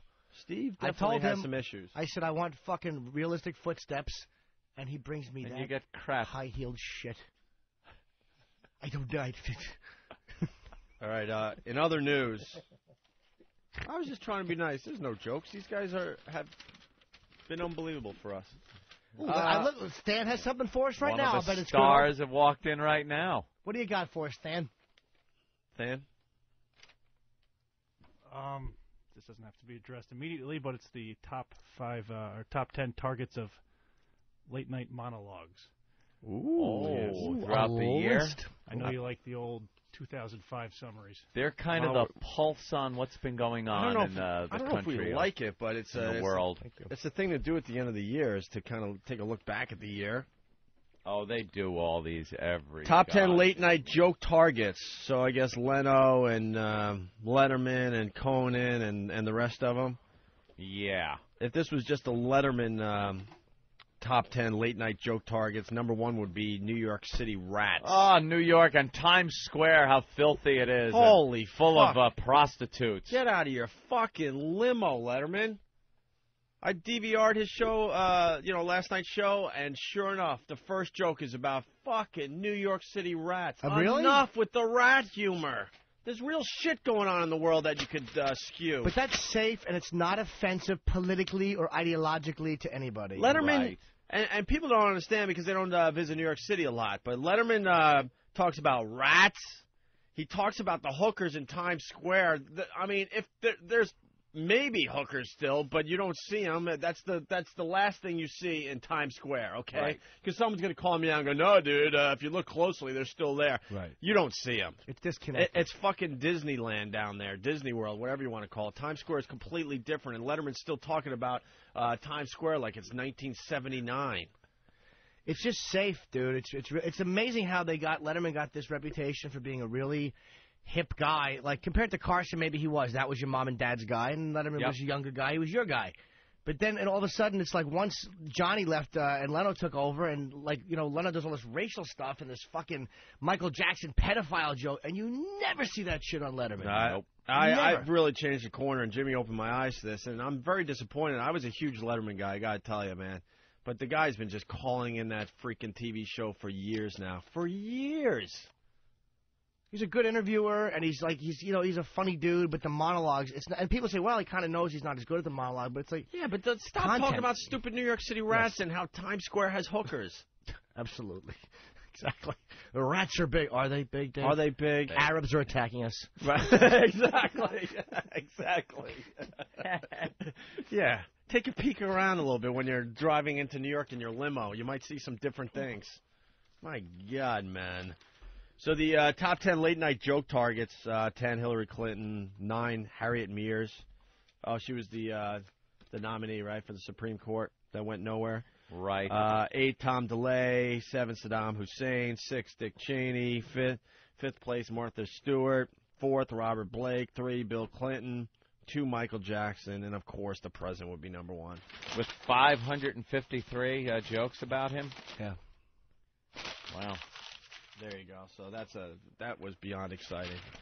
Certainly was. Hope you enjoyed that one. I can't wait till next year when Fan brings a new list in.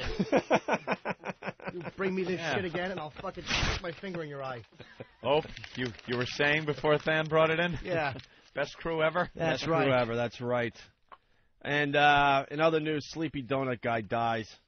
Who knew he had diabetes? He shouldn't have been eating the donuts, the obviously. The donut guy had diabetes. Time to make the donuts. That guy, he's dead. Jimmy referenced him yesterday, too, by the way. Are you kidding? Yeah. You referenced when Lady Di was calling in. Oh, yeah. And you asked if she was the donut guy. Oh, yeah, because you work for Dunkin'. What are you, the guy from the commercial? Oh, my God. You know what? We could dress her up like this guy. Oh, yeah. Look just like him. He was born in Brooklyn. He was the Breakstone guy? 83. And he did a lot of things, but people will remember him as Donut Guy. Dude, the guy, he went to acting school with some very performed on Broadway actors and successful with Steiger and there he is. Time to make the donuts. But the funny part is, or not the funny part, but I remember one time I saw him when he was in The Marathon Man. He has one scene in The Marathon Man. Oh, yeah. And they list that as one of his credits. But it's a scene where he's in the jewelry store. He works for the jeweler. Olivier comes in. He's trying to sell these, which were obviously stolen from Jews during the war, these jewels. Yeah. And the guy's a concentration camp survivor and kind of recognizes him. And the guy working with the guy who recognizes him is this guy. It's the donut guy. And then the guy, and that's the last you see of him. Yeah. And then the other guy comes out and goes, I know you, you murderer. And Olivier cuts his throat. This man needs help. Is there a doctor? Meanwhile, he's putting a knife back into his coat. Yeah, drops him on the sidewalk and leaves. The old lady sees him. Zell! Cab hits her. The white angel's here. Oh, what a funny movie. Ben! Ben! Don't. The white powder under the nose is here!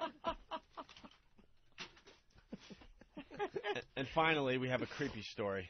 Creepy story in the news? I think so. New Year's right around the corner, and the stupid local news here describing the ball that's going to be dropping in Times Square. Is it any different than it has been for the past, let's say, 15 years? Yes, I know they updated it maybe 15 years ago. Is it different? It has a lump on it. It's in a bag this year, hovering above Times Square. When it touches the chin, it'll be 2006. Anyway, here's the story. It's about good old Dick Clark. Oh. Dick Clark's coming back. Well, that is being debated. If you heard about this, Dick Clark is scheduled to co-host his New Year's Rockin' Eve show for 4 nights from now. He missed last year because he'd suffered a stroke. But some people are wondering what's going on because of this publicity photo. It shows Clark with his co-host Hillary Duff and Ryan Seacrest, but it's a doctored photo. Clark's picture was taken before his stroke and added digitally. His publicist says, no big deal. Dick Clark just didn't want to sit for the photo, but a lot of people are wondering, are they trying to conceal his physical condition? That is such bullshit. He didn't want to sit for the photo. Look, he's got a world of hurt they're trying to cover up. If you're coming back from a stroke to do the show you have done for how many years has he done this? I mean, 5. Stop. Could be more than that, gentlemen. Could be more than that. You would want all the publicity you can get. Yeah. They'd be photo shoots, maybe not the rigorous schedule of someone like Ryan Seacrest who can wing around, take pictures, but, maybe one fucking shot, one picture of you. It's not like he's been real busy all year. I'm seeing this as one of two things. Either he is really fucked up. This is what I think. He's really fucked up.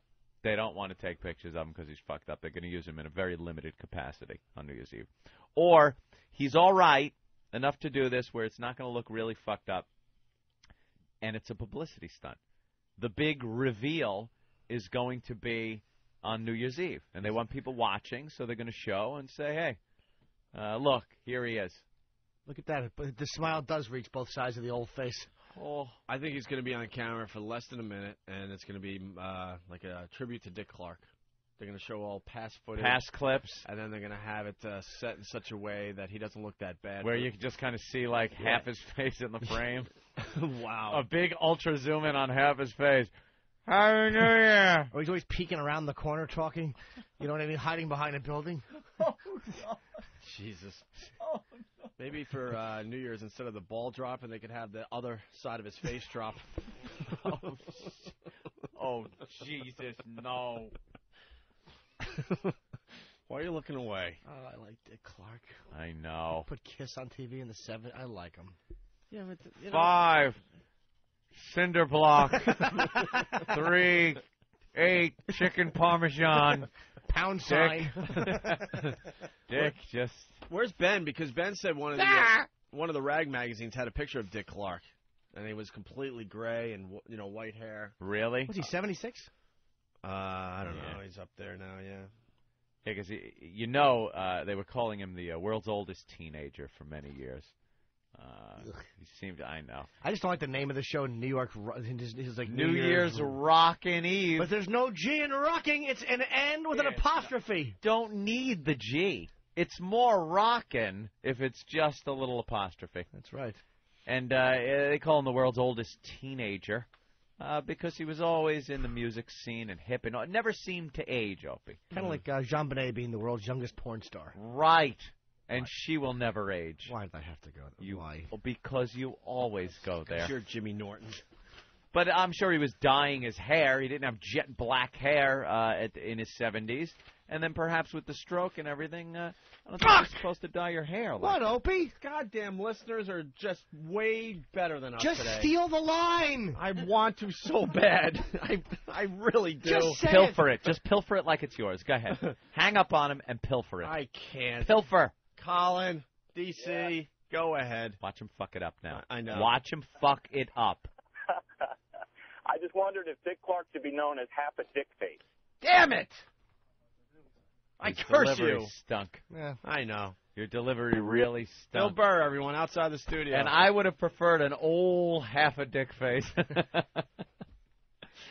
So we'll see what that's Look at all that, about. it's Bill Burr. We better roll tape on the rockin' New Year's Oh, Eve. please, Hey, I Ben, wanna see you that. saw a picture of Dick Clark in one of the tabloids? He was in a walker with all white hair.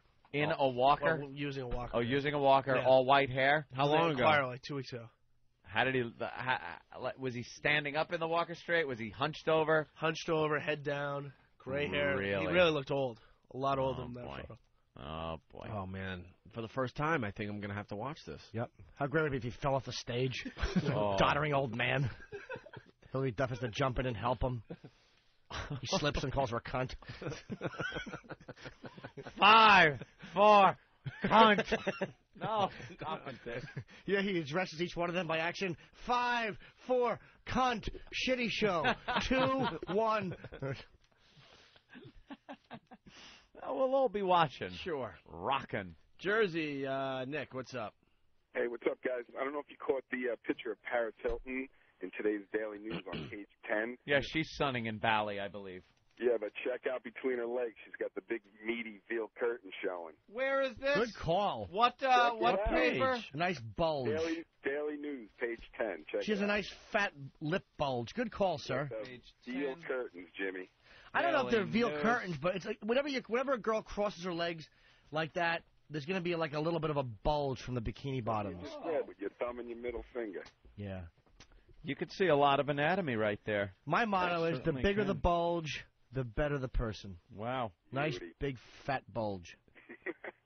That's there's been a lot of cock through there though. Yeah, that's not Right? that big though. But again, it's hard to see it from a distance. It's really hard to see. That's a good call. We'll give it to you.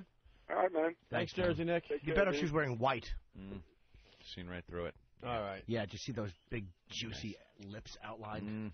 Bill Burr's outside the studio. We haven't seen him in a while. So why don't we go to break and regroup, and we'll talk to Bill. We'll have I'll him see you join the guys party. later. Yes. What? No. Jimmy. If he's in, I go. You stay. But I'm scared. He stay. Now you will have to move seats. You have to go in the guest seat. How funny would that be if you guys move me over like Jim? Made You guys Jimmy move. This is gonna Never. This is going to be weird for everyone. I got to be No, honest it's with you. not. It's going to be very strange for everybody. No, it'll be Both fun. pals. It's not like we weren't kissing Bill Burr's ass when he was filling in for you, and now you're here and we're kissing your ass. And But Opie, There's no. Bill is a very competent fill-in guy when Jimmy is not here. He's a good boy. But when Jimmy is here, it's Jimmy. I know, but now they're both here. A little strange. I don't know. I won't interfere. Watch the fireworks fly next. Oh, no. Sparks are going to fly, folks. New Year's resolutions coming up. From Stinko Records, it's the new collection of covers from America's favorite derelict. I'm the original Golden Bunny. Tippy Tom, Regurgitated. Tom Jones. It's not unusual to be in love without a woman. He's drunk, smells like feet. It's not unusual. And he's forgotten most of the lyrics. Tippy Tom, Regurgitated chews up your favorite pop hits. She's a lady. Whoa, whoa, whoa, she's a lady. And spews them back out, dirtier, grittier, and stinkier than farts and...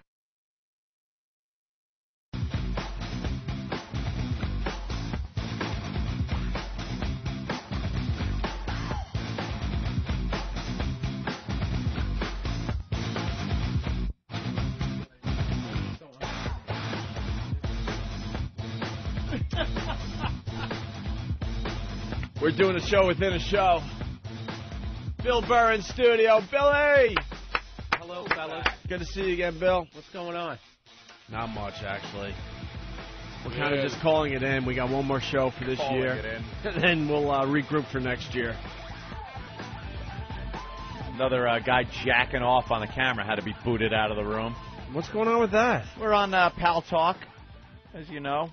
We got well over 100 and some odd people in this room here right now. A lot on camera. But sometimes guys will come in and, I don't know, they don't know the gist of the room. they see a couple of girls and decide it's time to pull their pants down, put the camera on their cock, and jerk off. Jacking. And just start jacking off. There's about 800 listeners trying to get it up right now. Yeah. Going to try to... Get on here? And, yes. No, they will be booted. This is not a jacking. There are plenty of jacking sites you can go to on Pal Talk if that's what you're into. I'm sure Jimmy Norton, you could find his name on there on a nightly basis. Yeah, Jim's done a little whacking in one of the rooms. Like, I don't want anybody to know who I am. There's the appendix scar. Fat stomach and my name. Like fucking Master Reality CD near my thigh. See some little stones in the corner of the room in the hallway. Celebrity photos in the Yeah, back. I was going to say, yeah, his Wall of Fame is in the background. Damn it, you got me. Who's all those celebrities with that lesbian? Let's go to Mississippi. We don't get calls from Mississippi Mississippi. often. Reno. Hey, how you guys doing today? What's up, Reno? Great. Man, new listener to the XM radio, Opie and Anthony, Bill Burr, and Jimmy, you guys make me laugh all the way to work. Just wanted to tell you guys you're great. How long have you been listening to the program? Probably about a month. Oh, cool, man. Tell your friends. Yeah, we got to I- say I- hi to all the new listeners. A lot of people got XM for Christmas, and they're just checking out the show for the first time, so welcome aboard. Hey, thanks a lot, guys. You guys have a great day. All right, Reno. Thank Bye-bye. you. Yeah, we shouldn't even be working, but the satellite radio thing, everyone's opening up their Christmas presents. They got the XM. They're getting it hooked up, so they want to hear something live. So here we are. You're not going to hear much live radio this week. In general? Yeah. No. A lot of people go best stuff. There you go. Not us. Not us. Troopers in here working. I can't for even the get people, man. Phoning it in. Right, phoning it in for the people. I can't even get my apartment painted. I want to get my gay color taken out, because the building won't allow any construction during this Building time. won't allow it. Won't allow it. Hey, this is too bad. This just came in. Comedian Mitch Hedberg died accidentally in March of multiple drug toxicity, including cocaine and heroin. Eek. Spin Magazine reports, citing reports filed by the New Jersey Medical Examiner's Office. This is different because a lot of people believe that he died of a heart attack or heart failure. Who believed that? No one in the comedy industry. No one that I know, knew Mitch This is believed right up it. there with Kennedy was shot. We all know shit. Well, that was the story they were telling everyone at the time, but it's official. It was an overdose. Cocaine and heroin. Coke and heroin. How many people has that taken out? Jesus Christ. Yeah, I know. 37 died in a hotel room in Livingston, New Jersey. Less than a couple days after I met him, which was creepy. He was ready to come on our show. Gave me a big hug backstage at Caroline's. Had a great set, and we exchanged numbers, and we were going to get him on the show like that Monday or that Tuesday. And I think he died the next day, actually. They actually quote Maureen. Who's Maureen? My ex-manager, and I don't know if Adam and her are still dating, but oh yeah, she's a comedy manager. It's a very lonely existence, Taryn said. Her name is Maureen Taryn. If you aren't born with manic depression, you will have it after being in this business. Ooh. Wow. That's uplifting. That's true. Yeah. Though. Hey, join the wonderful world of comedy. I know. You'll love it. It's no punchline, you know. You're all a bunch of creeps. That was a realistic film. Oh, punchline? Where Sally Field wins the big contest. Of course she And does. That was the part that was realistic. Yeah, you know what? You're right. That is the part that was realistic. Character. I'm a housewife. That was This such a fat hack. husband writes his jokes. Such a hack movie, that punchline. That was awful. Man. And It was- Tom Hanks is crying on stage, and everybody's moved. And Barry Sobel was still working. It's just fucking awful. Barry Sobel. Awful. But him. I love the guy. We need laughers tonight. The old guy they wouldn't put in the contest. He's like, I'm not on the list. They're like, we need laughers. Like they made the old man sit in the audience. Oh. That's what they should. That's where Keith Robinson's at, pretty much. Hey, speaking of comedy, we got some audio of Club Soda Kenny doing stand-up at the Cringe Humor Show. That happened a couple weeks ago. Good. And I hear he killed on stage, so. Did he? What are you laughing at? Club Soda Kenny. Oh. It's Kenny. Why? No, And I he killed? missed something. Yeah, he killed. Oh, you thought I was laughing I at don't Bill's believe sandwich? Yeah, I didn't know what you were. That's fine. I just looked at it Wow. and mid-laugh and noticed it looks good. And Hell, all of a sudden I wouldn't take a bite. Like, I know. What was? like you guys fucking did. So, No, I was confused, that's all. Hazing. I'm sorry. Okay, so it's Club Soda Kenny at the Cringe Humor Show. Let's take a little listen here. All right, coming to the stage is a man you'll hear on the Opie and Anthony show almost every day. Put your hands together for Mr. Club Soda Kenny. Every day. Every day. I love the people that use this show as their credits.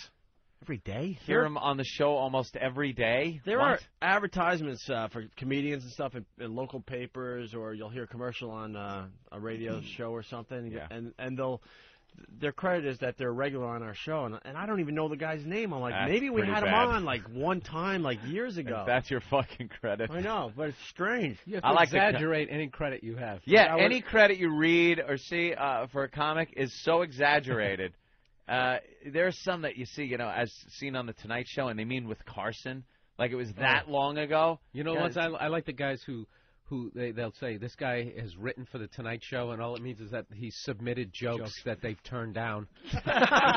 Seriously, they just writes them in and they never use them. I wrote for the show. Yeah. The best example of that is Bob Gullub, who's a comic friend of ours, still says in his intro, was seen in Goodfellas. Are you kidding? You know Bob Gullub. Yeah. Here's Bob Gullub in Goodfellas. Hey, you got a phone? 2 niggas just stole my truck. Yeah, that guy. That's Bob Gullub. He's In a the stand-up diner. comic in the diner, and he And it was on screen for what, 5 seconds? Or did he if have you more? slow it down. Yeah, it was Really? yeah, it was just a quick one line. It was a funny line, and but he used that in his credits. Well, what's his name from Scarface? Angel Salazar. Yeah. He had a real part, though. At least Angel had a real part in that. Yeah, Carlito's but way. to still use it? Good point. He actually his character had a name. Yeah. That's another big one.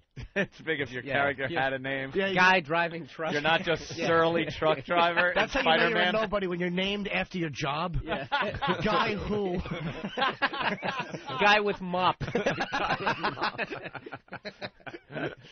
Worse to be guy with mop number 2. Oh, yeah. Second guy. Guy who caused mess that Mop Man needed to clean up as I slink out. All right, let's Number listen. 4. Let's listen to Kenny.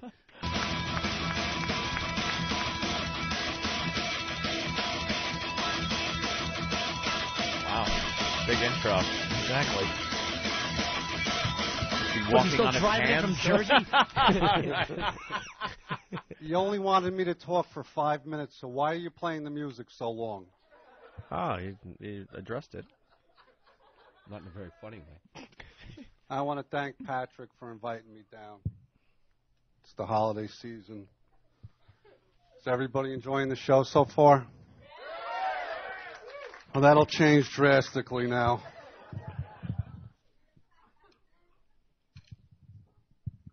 In case anybody doesn't know it, I'm married. And let me tell you, I'd rather eat my own shit than be married. So my wife is always telling me I don't spend enough quality time with her. So I tied up her hands and feet and I jerked off on her nose. I like it. And then I pistol whipped her and fucked her in the ass. That guy. Yeah. Normally I don't bother with my wife. I usually just jerk off on her pillow just to let her know I'm around. All right. Hold on. There's a theme here. This is killing? Yeah. Who said killing? I heard Club Soda Kenny. Club Soda Kenny did some stand-up, and I heard he killed. Here's the review. Club Soda Kenny, an One show crony and Meet the Creeps legend, stopped by the December Cringe Humor Show and proceeded to violate everyone in the audience, belting out rape and pedophile joke one after another. Kenny's performance will go down as one of the most cringeworthy sets in show history. Cringeworthy does not mean kill. Yes, it does. This guy's a regular on the show, and when he goes on stage, he kills. He is not killing. Well, let's listen further here. It may pick up. That's because the last time my wife said yes to me is when I proposed. That should be a setup, Kenny. My wife is always telling me that I'm not romantic. So to get back at her, I fucked her dog. I'm not gay or nothing. It was a female dog. That didn't even make sense. And I know what you're thinking. Like, I could have fucked her best friend to get even with her, but believe me, the dog was the better choice. And recently, I asked my wife to get her belly button pierced. This way, I would have someplace to hang an air freshener. Wow. Oh, he's Hey, getting you get it? moans. Her cunt stinks.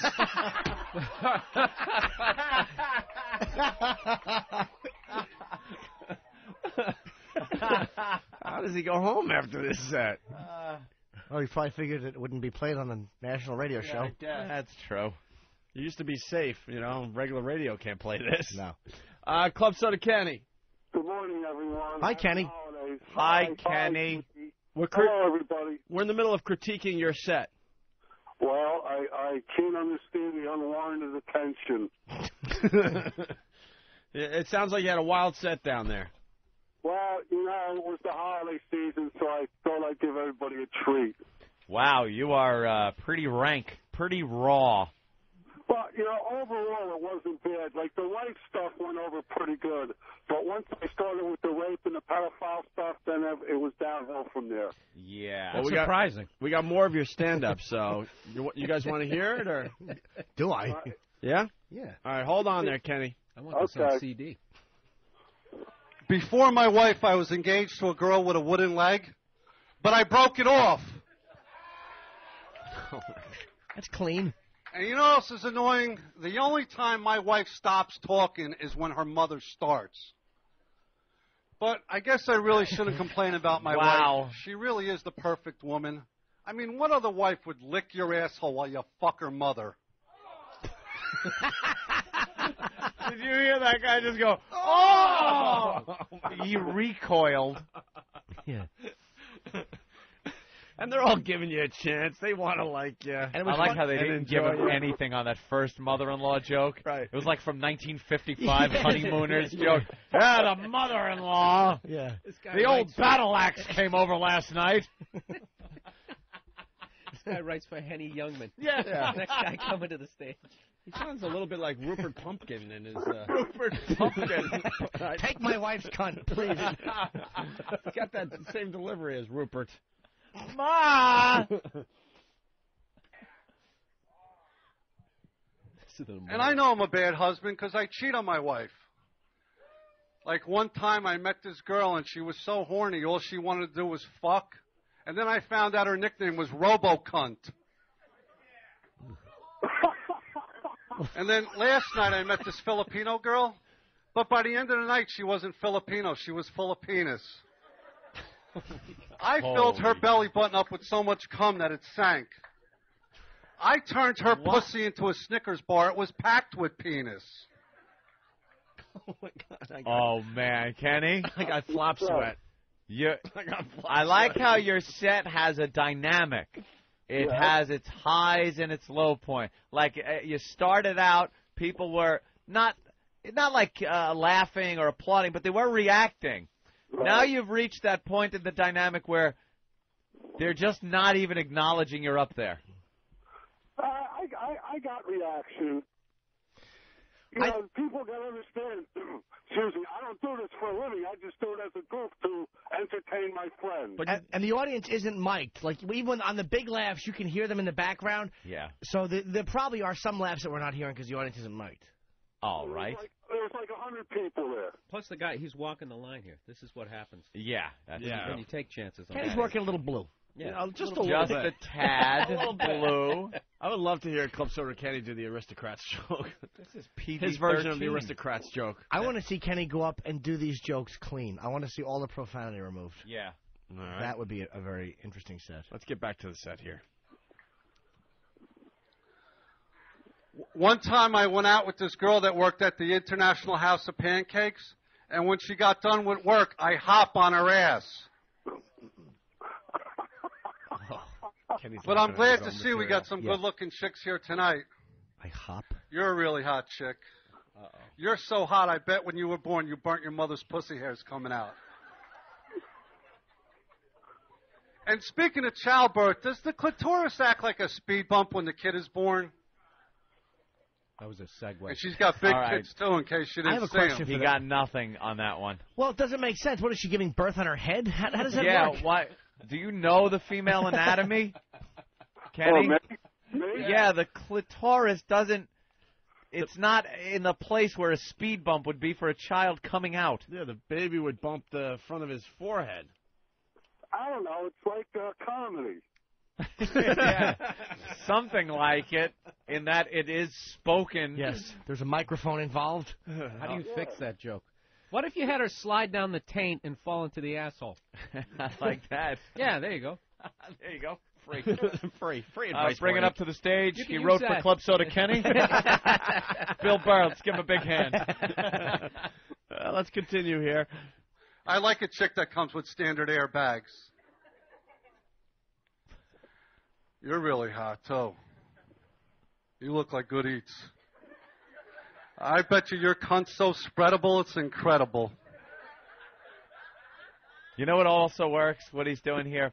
Any slogan from commercials that are 25 or 30 years old. That's really going to get the crowd going.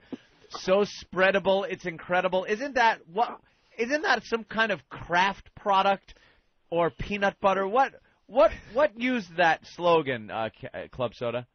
Hey, nobody said I was like topical at current events. You know, I'm just You're like Speedy Alka-Seltzer, lady. Yeah, it's not nice to rape Mother Nature.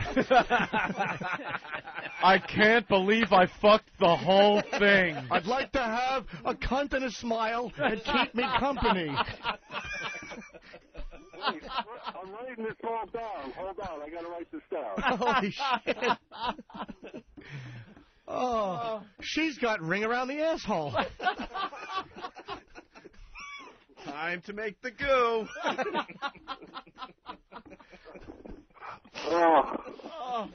See, that's the difference. You guys are funny. I'm a rapist, he's a rapist, you're a rapist, we're all rapists. You like to be a rapist, too. Well, something from this decade, at least. I personally love the RoboCop joke. Yeah, the RoboCop. God, do I wish I could remember more Nick at Night commercials right now. That's all I'm thinking of. All I have is you sank my battleship, and I don't know how to make it dirty. How do you fit that in? You sank my cunt. How's that? There you go. You would say that. It's all yours. Take it. That's a freebie. Enjoy. Spreadable, it's incredible. Sometimes you feel like a cunt. There we go. I knew there was one in there. Yeah, good stuff, Kenny. Yeah. Thank you. Well, let's see what happens next here. Now he's going to be middling. This one over here looks like my old girlfriend, Chlamydia. And she had a cunt like a catcher's mitt. One time when I was fingering her, she was complaining about my ring, and I said, honey, that's not my ring, that's my wristwatch. All right, that's a good one. All right, I'm giving him that one. Do you know what makes me funny? It makes it funny is he said wristwatch. Yeah. Just your watch. Wristwatch, as opposed to a pocket watch that I wear when the covered wagon comes up. Honey, that's my timepiece. Yeah. I'm fucking her. I'm like, honey, that's my sundial. That's my Stonehenge. This woman wanted to fuck. I didn't even have time to take off my spats. Fucking a fat joke. Jesus, Anthony. I'm fingering her at the White's Only water fountain. Oh. But Kenny's getting laughs, though. He is getting laughs. He certainly is. Yeah. You know how many hickeys are under this ascot? Hey, Tommy, Jimmy just did a spit take. Tom in Kentucky. Tom. Hey, what's up, guys? Hey. I got a Kenny joke for you. Yeah. Ho, ho, ho, smelly pussy. Punching out. I'm not going to pay a lot for that pussy. Zombie, North Carolina. Hey, he forgot the most important one. Where's the beef? Yeah, but you got to put it in. Oh, forget Where's it. the beef curtains? There you go. That's funny. There you go. All right. Let's get back to Club Soda Kenny's stand-up. And you know what else? She had stretch marks all over her stomach. But they used to come in handy because when I'd come on her belly, they act like sperm gutters. Oh, they've grown. And let me ask you, Sperm gutters? I've never heard that. if you come on a chick's belly and she rubs it in on her tits, does that make her marriage material? Did you ever notice? And you know what else I got to know? Is it polite to drop a load on a chick's leg while you eat her ass? Is that polite? Important. Because you know my motto, haste makes paste. What? A bird in the hand. You're right, I'll is get to worth it, stupid. two in your bush. He's like an old-timey guy. He's a Borscht Belt comic. I like the way he gets louder as it comes, and then punchline. It just gets really loud at the punchline. Don't be penny wise and cunt foolish. Anthony in Jersey. A penny saved is a pussy burned. Anthony in Jersey. Hey, honey, your cunt's like a Toyota. Oh, what a feeling.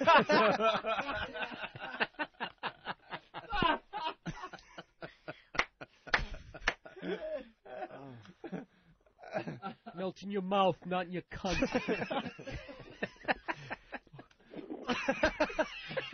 Oh, what are the commercials? Why can't I remember? What are you writing, Stan? All right. A stitch in time will save you behind.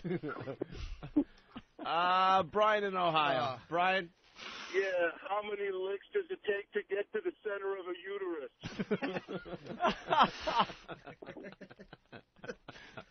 It goes downstairs. I eat cunt hairs. While I make a slurpity sound. My act is stinky. It's stinky.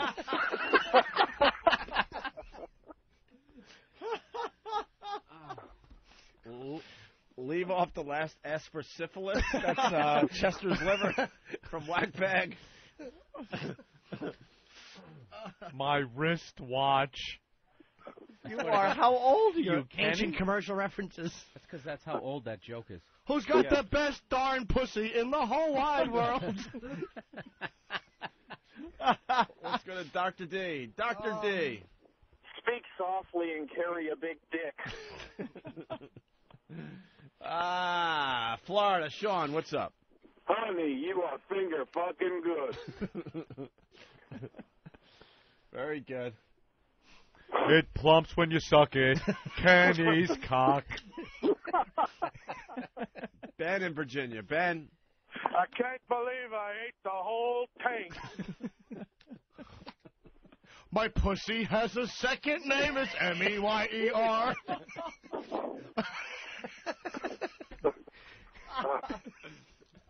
Plop, plop, jizz, jizz. Oh, what a relief it is. Come on, people. Tap, tap, tap, tap, tap. Come on, 1972. You remember? Very funny, Kenny. It gets much worse. Oh, yeah, we got the third part. This is the this is where it turns ugly, right? Yeah. Yeah. All right, hold on, man. Todd has a question. Yes, Todd. Todd? What would you do for a Klondike cunt? I gave it to her 7 times up the ass. The uncolon. Randy from Staten Island. Yo, the best part of waking up is Folgers on your cunt.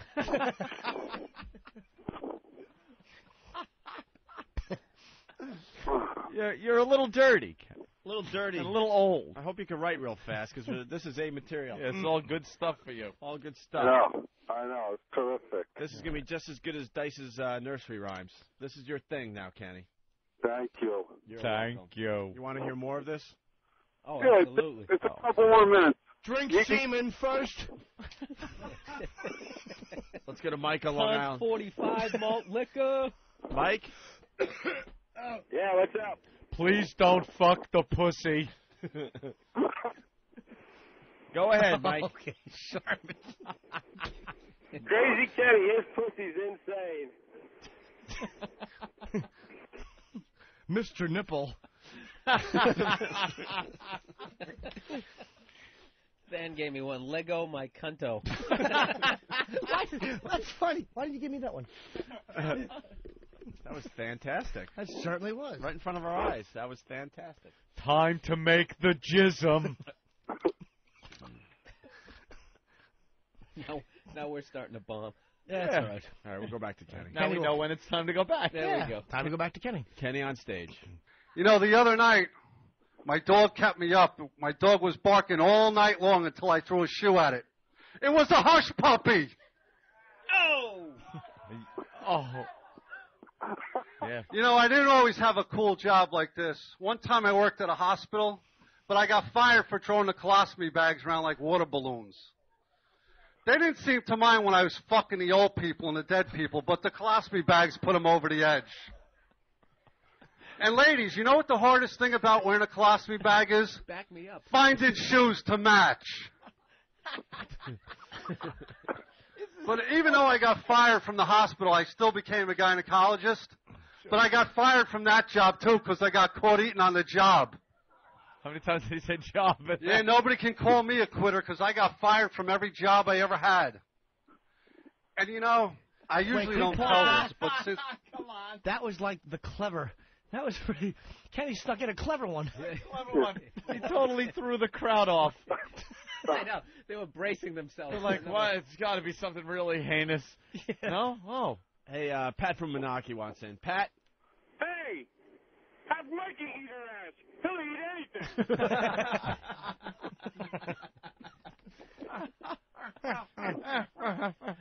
Adam in Texas. Adam? Hey, have you fucked the whore lately? All right, back to Kenny's stand-up here. Be a quitter because I got fired from every job I ever had. And, you know, I usually don't tell this, but since it's the holidays and you're a nice crowd, one time I was a production assistant on a set of porno movies, and my job was to hold up the guy's ball sack up and out of the way so the camera could get a nice close-up shot of the dick fucking the pussy. Way to word it. But I got fired from that job also because I kept dropping the balls out of my mouth. Can you pause? I want to congratulate you on the most horribly worded joke ever. It actually is not a bad joke, but he actually just tells it without joke form. He just talks it through. So I would go to the job and I would hold the balls up, but that wasn't part of... Jesus, Ken. My job as a production assistant... And he said up twice, is to hold them up out of the way, up in front of the camera. Up in front of the camera. He just sort of over-explained it. Yeah. Yes. Hold the balls up so they could see the dick. It was like you were applying for the job again. What I did was I held the balls up, so I'm good at that there then. He was testifying. Yeah. Two Jews are meandering into a speakeasy that actually lost its liquor license, but then got it back recently. And through a string of legal actions, they wound up owning it, but then they were going to sell it. So they're meandering. Let's go to Matt in Jersey. Matt? Early to bed, early to rise. Makes me want to come in your eyes. Oh, my God. Let's go to Vegas. Clint? It's rape and deep, and I helped. Shake and bake. Yeah. Oh, okay. Got it. Joe in done with that one. in the big city. Joe? Pardon me, would you have any Jimmy to poop on? That's actually not bad. That's not really as bad as it came off. His delivery stunk. Let's go back to the I stage. can take out my bacon, stick it in your can. We're going back to Kenny on stage.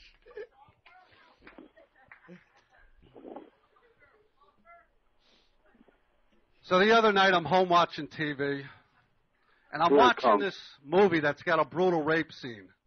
And you know what I don't understand? Why is it every time after a chick gets raped, they always take a hot shower? What are they trying to do, wash away the memories? And is it still considered a date rape if you don't take them to a movie afterwards? And speaking of rape, you know what my fantasy is? To rape a bride. Right in a white dress and everything. I grab them around the throat with a knife. I drag them into a bathroom. I bend her over the sink. And like 10 minutes after she said, I do, she did. Can I say, I am actually offended. Yeah. Brutal. Kenny says, love to fuck that pussy. Wow.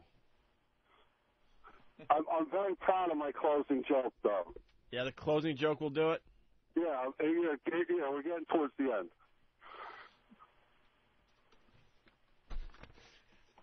Yeah, I know. That was fun, though. Let's go back to Kenny. Fun while it lasted. Well, it's Well, since you like rape jokes so much, how about a few pedophile jokes?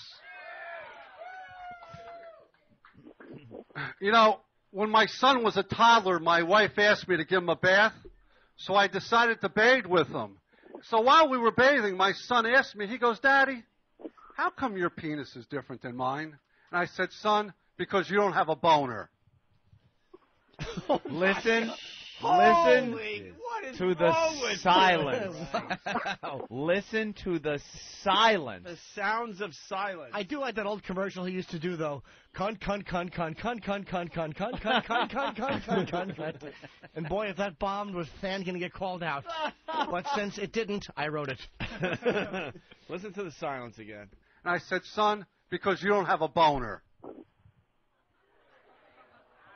Because you know how you can make your dick look really big? You put it in a 5-year-old's hand. And of course, everybody knows what you do when you're done fucking a bald pussy. You put the diaper back on. Don't say and clapped. One friend. Now that I accomplished what I had to do with all the groans, I'll leave you with this. All right? You seem like a smart crowd. Is it the slicked back? What's the difference between a clever midget and a girl with a venereal disease? One's a cunning runt. Thank you. You've been a good crowd. Enjoy the holidays. Good night. Do you know? Club Soda Kenny, everybody. Show him some love. Show him some love. Show him some love. Show him some love. Show him some love. Show him a rake over his head. Why show him love? He wouldn't recognize it if it appeared. Jesus. A little harsh there, Kenny. Did you like my closing joke? Yeah, I heard it on, when I was a kid, Shelley Sunstein used to tell this joke on WPLJ in the morning, and me and my friend would tell each other the joke.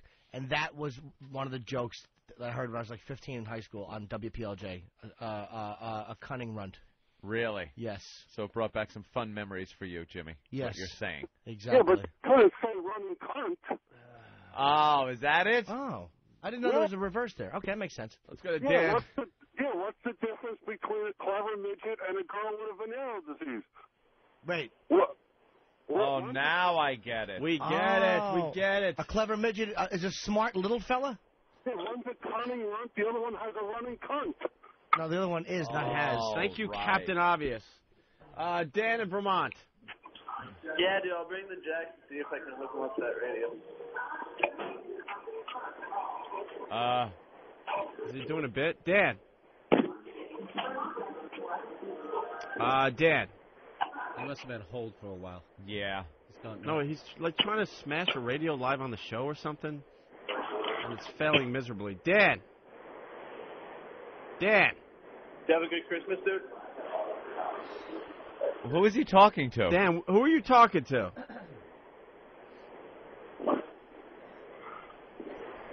Oh, please kill yourself I was on going the to air. say, you're going to hear a gunshot in a second. That would rock. Dan? Boom. This is not Dan-tastic. We won't be ignored, Dan. Camera with this printer, dude, it's actually pretty cool, man. You can, take a picture, dude, and then fucking just print the picture out in, 2 seconds. What a dope. He has no idea he's on, or is Yeah. this a bit? No, it's not a bit. It's too awful to be a bit, even from a bad listener. Dan, last chance. Yeah, you don't even need a computer, dude. You just plug this cord from the camera to the printer and take a picture, This is like behind-the-scene Photoshop. Yeah. All right.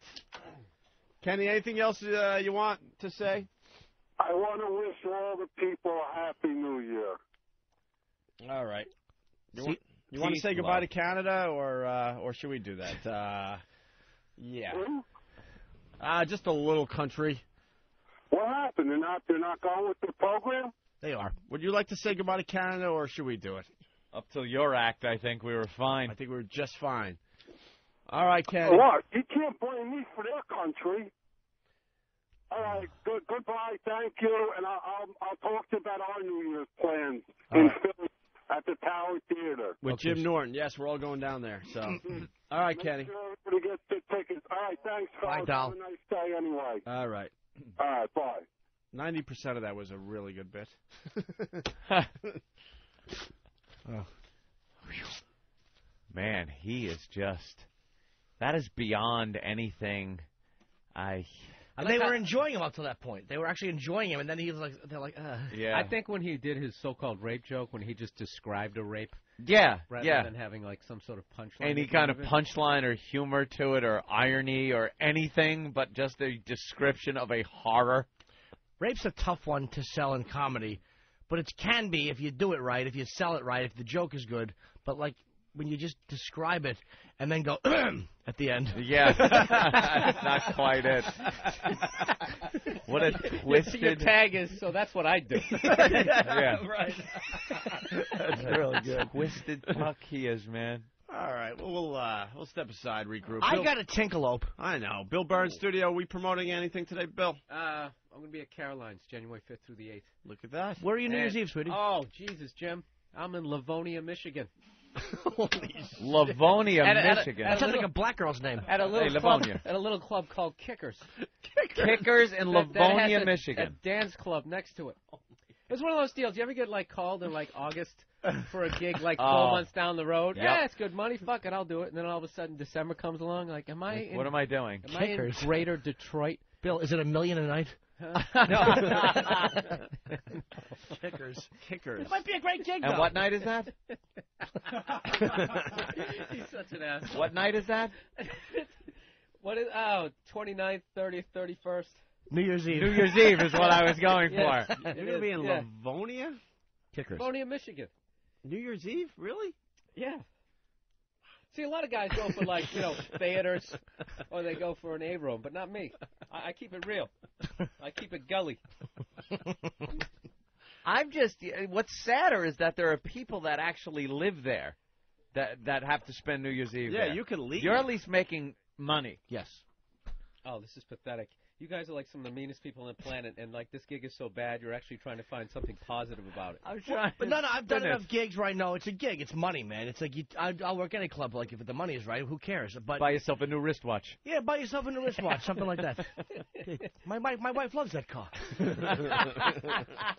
But somebody has to say to his wife, "Look, honey, we can't spend that money, or I'm not going to be able to get tickets for Kickers." Right. They're the problem. You're doing the right thing doing the gig. What are you doing on New Year's Eve? Kickers. Oh, you're doing the Kickers? Because we're going to Kickers, too. That's like all the talk of Livonia. Kickers is the place. It is. In Livonia, Michigan. Wow. All right. I guess it's the guy who owns it used to be a kicker in the NFL. So what he did He was... had or he was an abusive spouse.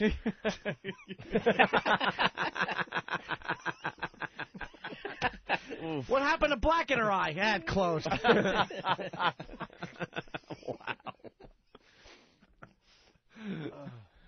Lives in Livonia. Let's see what Livonia's all about. All right. It's a national talk show. We got people listening all over the joint. Eric in Livonia, Michigan. What's up? What's up, guys? Happy birthday, little Jimmy. Thank you very much, sir. Will you be going to see Bill Burr at Kickers in Livonia? Hell no, I wouldn't be caught dead there either. What is Livonia like? It's just a suburb of Detroit. I mean, it's your typical suburb. Yeah, but Detroit isn't really your typical city. Is it safe? Oh, yeah. I mean, there's only maybe 5 or 6 murders every week. Can you still see Snake Plissken walking down the... All right, Eric. Thank you for helping us out with Livonia. The guy has not enlightened us at all. With that, we should cut our losses, go to break. We'll continue with Bill Burr and Jim Norton and the rest, okay? Right. We got Howard Stern talking about the #1 satellite radio provider here, XM Satellite Radio.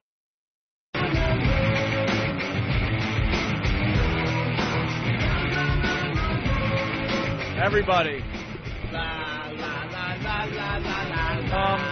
No. I'm choosing not to join in. Oh, come on, guys. I was whistling. Oh, golly gee. Bill Burr in studio. He's playing Livonia, Michigan, starting tomorrow, I guess. Why tomorrow? Well, this guy Patrick in Detroit, he's a little pissed off, I think. Patrick? Yo. What do you got? Hey, Bill Burr better needs to get a hold of his agent or something because Kickers is taking reservations for an 8 o'clock show for him tonight. They got him on their website starting there tonight and playing through New Year's Eve. Well, he was originally scheduled, but then he's like, fuck that, I'm not going out. It was a contract dispute. Right. I'm kidding, of course. Enjoy staring at the wall. That's a great fucking joke. No, that's for real, man. I'm on the website right now. Get the fuck out of here. Hawk, why don't you jump on that Swear website? to God. Get off the wrestling site. KickersComplex.com. Hold on, let me look. Fucking Eric's doing this thing. Get it up. All right, is it advertising? No, I'm not. I better not be. December 28th through the 31st. I called him yesterday and booked a fucking table for you tonight at 8 o'clock. You better get on a plane soon. Or else what? I don't know. Else I'll have to wait till Friday. Wait a minute. Wait, you're starting to think you might have to be there? It's not like I haven't done this before. Oh, no. It'd be hilarious if I'm supposed to be in like a fucking airport terminal right now. We're trying to find out for you. Wednesday and Thursday, 8 p.m. It does say. Wednesday and Thursday, 8 p.m. show times. 31. You got an 8 o'clock show Get the tonight. fuck out of here. Oh, my God. 28 Kickers through in 31. Livonia, Michigan. Can you please call us tomorrow morning from Livonia, Michigan? Or how about Tomorrow morning, I got to make a call right now. How about He's got to 4 go o'clock? right What now. if I have a flight? Maybe I have a flight. Do I have a flight in the afternoon? Probably. Holy shit. Holy shit. Whatever. You Hey, fix listen, it. guys. not- I how do you had a not great know time. this? Thanks for. What are you saying? The flights to Livonia? Believe me, Bill, there's plenty available. No one's going to say the flights to Livonia are We sold can out. get one of our trucker friends to just, pick you up and get you up there. I'll drop y'all. I'll drop y'all. Oh, you're pitching O&A bits the whole way out there? I got a friend of mine. You was goddamn funny that time you was doing that thing on the show. What was that thing? The whole drive to Livonia. Hey, Patrick. So, you like gangster fag? Patrick, I think you're on some because Bill's panicking a little bit. Yeah, well. He's going to go make a phone call. I know.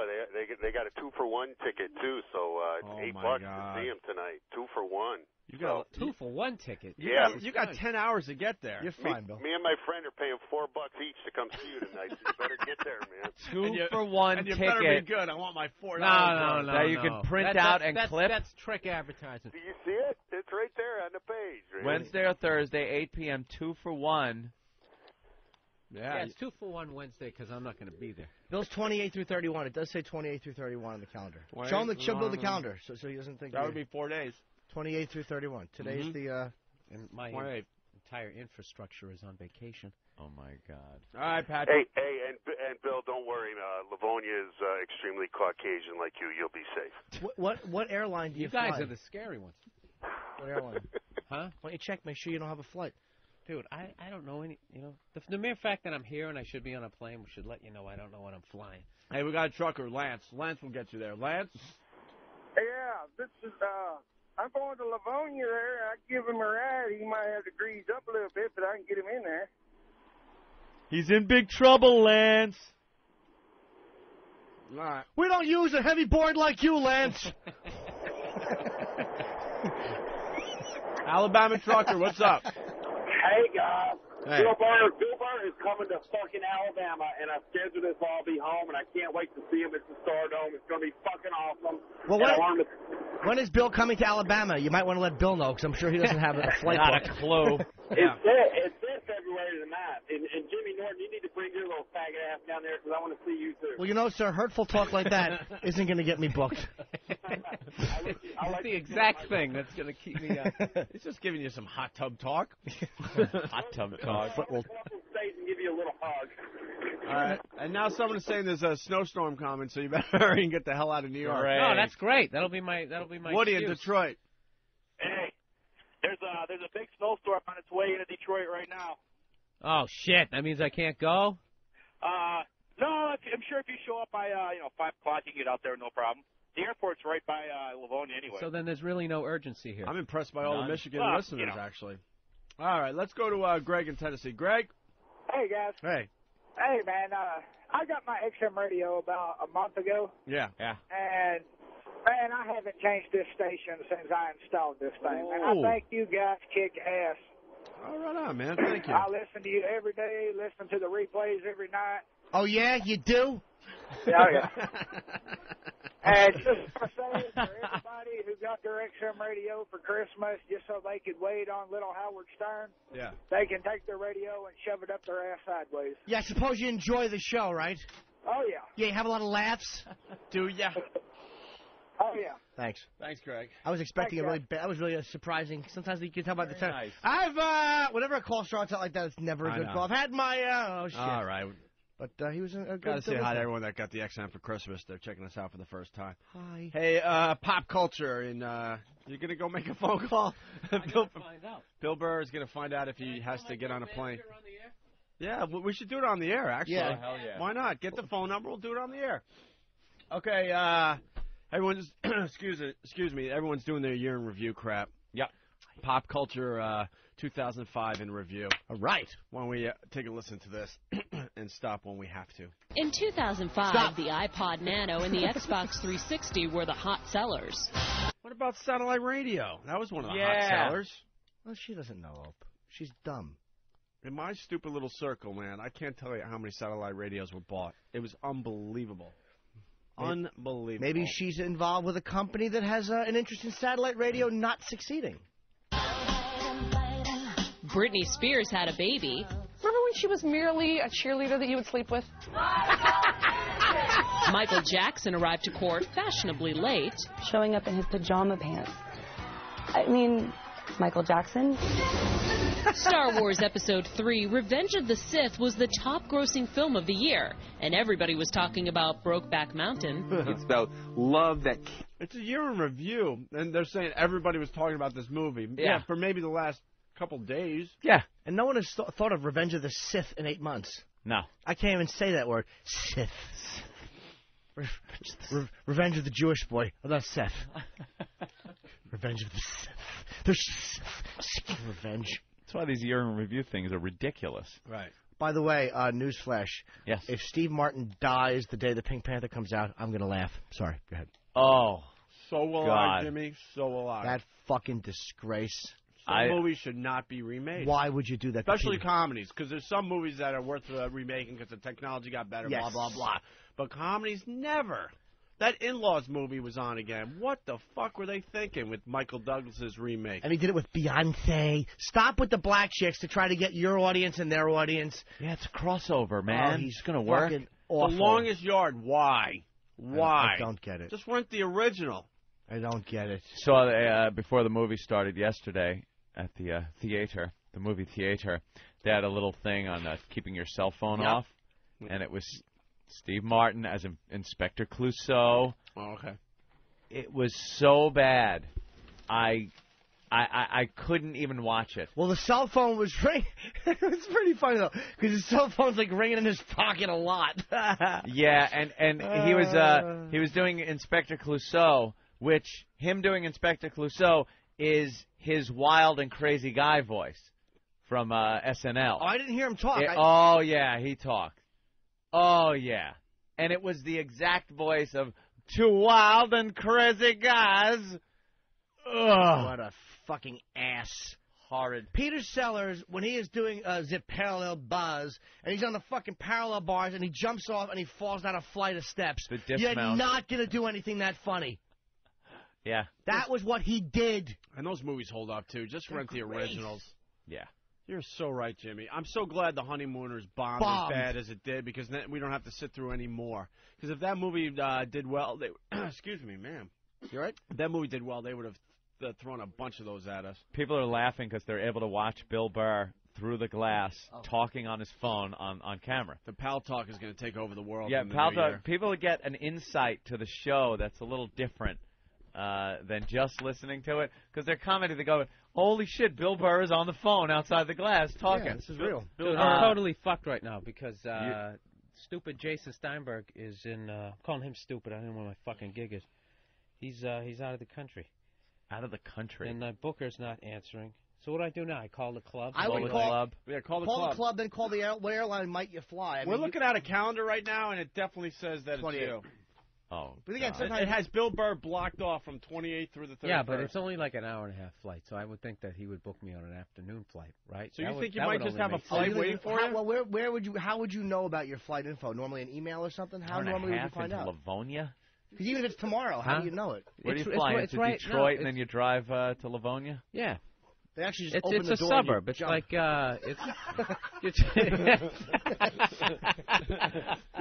Yeah, give me some Opie and Anthony bumper stickers. Yeah. I'll toss them out. Well, Bill, if you got to go tomorrow, how would you normally find out your flight? Like, 'cause they're not there anymore, so would you normally just check Jim, your I'm not an organized person. Okay. I think it's somewhere, somewhere within. Dude, I'm a comedian. I'm learning about Bill. I actually know him for many years. I would have thought that Ben this loves was, when things go wrong. He too. just that's Bad what for anybody but him. this is so not helpful. This This is is not the helpful. club? Yeah. You're like, Can- fuck, can, where am I uh, going? I'm really Is that surprised Joe? no Not Joey's. one has no, turned around and just punched Ben in the Kickers. face because he'll laugh openly at your demise. He really Kickers. does. Not that demise was the right word there, but I think you got the point. Yeah. Jesus Christ. It's not a demise, really. It's just a... I would check airlines. Call a couple. Oh, wait, airlines. Ellen DeGeneres is dancing on TV. That's I feel hilarious. better Oh, now. I feel better now. There she goes. Look at the guys. They're all dancing. They just love her. Oh, wow. That's got to be so much fun to be there. You know while what I want- she you know what I wanna dances. see This dancing? might be the one where my sister's dancing. I'll tell you in a second. She went to one of these tapings. Groucho Marx. I'm embarrassed that she was dancing. Why don't you have one of your listeners somehow get into I the know. studio This audience? ain't the one. Wouldn't it be great? I want to see an Dry Arab humper. with a winter coat indoors dancing and putting his hands in his pockets. So you know something awful, and then when she dances in front of him, he doesn't blow himself up. He just jerks off on her. All right, let's get back to the pop culture of Felt that one ready to 2005. bomb. You know when she dies, they're going to be like, she always loved to dance. She's such a good dancer. She hates it, though. They're like, She tried to stop it, and they would not let her stop she's it. Ellen. She can do what she wants. She could stop it if she wants. Why did you change the channel, Iraq? You didn't think they were done. Okay. This is your favorite. I bet you dance alone in the fucking apartment. when you're Everyone watching is this. dancing with her. Oh, the Yeah. cameraman. The camera you know guy. they hate it. You know they hate Oh, Wow. All right, back to the audio. Ugh. You ever dance like that when you pretend you're on a fucking balcony shooting innocent Holocaust victims? Fucking hairdo. the new. We back at his hair, you Yeah, think? he's doing the old ring around the tub. I'll kill you for it dance. I noticed he's greasing it down, trying to, like, A just... little bit. Just, It'd be great if she rolled off the back of the chair and right through that Yes, window. Ben. We called the club, and they don't know if Phil's playing there tonight either. How do they not know? That's Kickers? We just called, yes.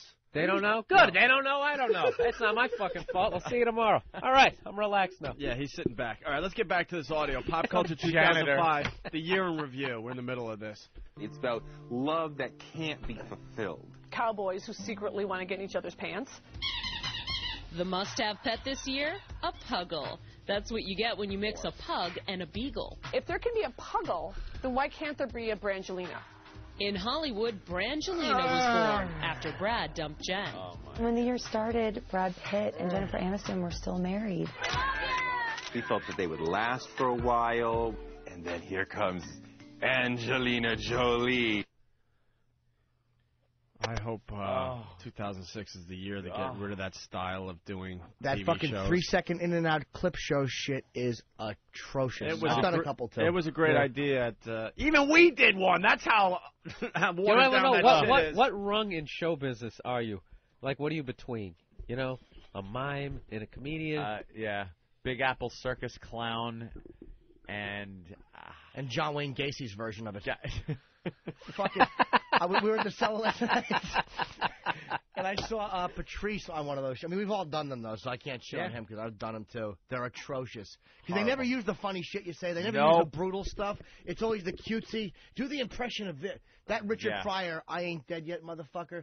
Special they did on Comedy Central. I wanted to throw up. Yeah. I wanted to throw up. They just did the same thing. Grabbed the cutesy clips. Everybody doing mud bones. Fucking just. Oh, really? I haven't seen that yet. You believe me. Thank God. Clip shows. Yeah, it's done. Brutal hacks who shouldn't even be talking about Jeff Foxworthy if he died. Fucking just terrible. You know, I remember watching Richard Pryor back when.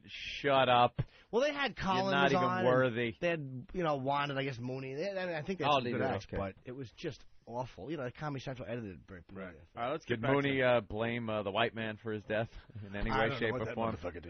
Nigga, please, white people. Pop culture review. Let's get back to this. All you need is a little drink. And that Jimmy does impressions, man. That's It's a a great dead-on Paul Mooney. I saw that nigga. I knew the motherfucker didn't do it. The Chardonnay. Oh, you know what? We're not going to go back to that. No. Thank you, Than. What'd you bring, Than? What Than did brings a Than lot of good do? stuff to the This might table. be fantastic. We'll have to. It's got to be we'll have to fantastic. listen Yeah. and see. Boy, little water, boy. It's the Pink Panther trailer audio. Oh, wow. The crime of the century has been committed. Yes, this film. And only one man can solve it. Officer Jacques Cluzeux, gendarme, third class. That had to help. He's got a partner. Without warning, I will attack you. In this way, Is I this will Hugh keep you Grant? vigilant and alert. Good one. Thank you. He's got a I bet clue. it's funny. He was just found dead. Was it fatal? Yes. How fatal? Completely. Steve Martin. Kevin Kline. I see you have one of these collapsible pointers. You just snap it and... And Beyonce Knowles. Here she is. Newspapers! The Pink Panther. You know what, Steve?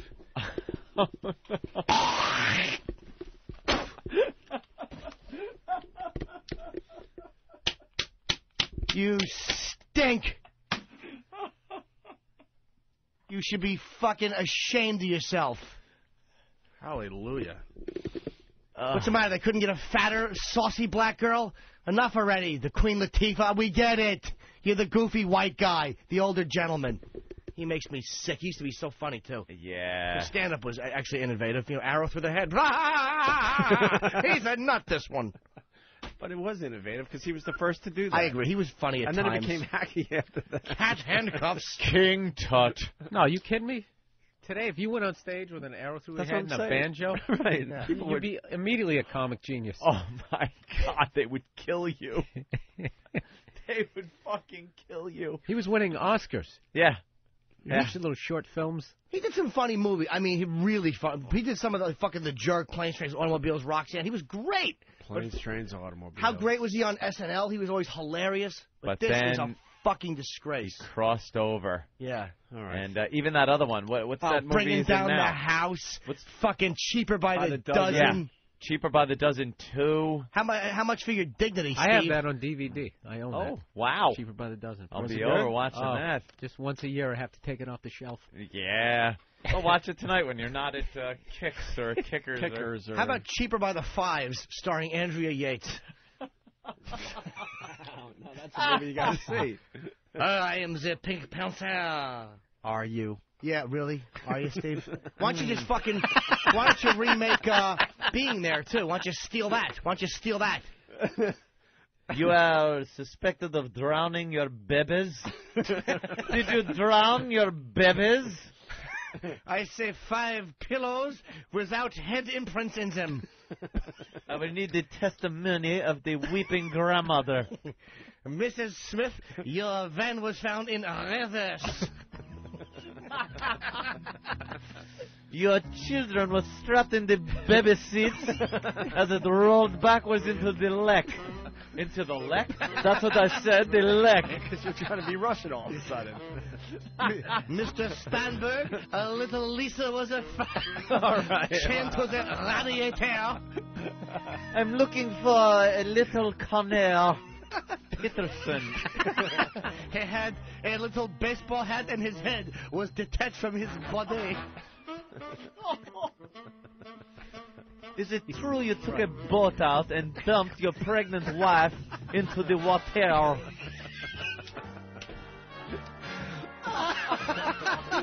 The cowboy hat was found with the note. Why does she sound German? It's that fucking hairdo, Eric. It's rubbing off on my impressions. We found her little 6-shoot hairs next to her little strangled body. Oh, he should fucking be decapitated. He should be decapitated. Speaking of decapitation, little Adam Walsh. Oh, I didn't want to see the name. Of course you did. What do you think, he's listening? With our luck, yes. I wonder how Blake Edwards feels about this fucking thievery. Is he dead? Oh. Is he? Then I don't know. He's got to be. Is he?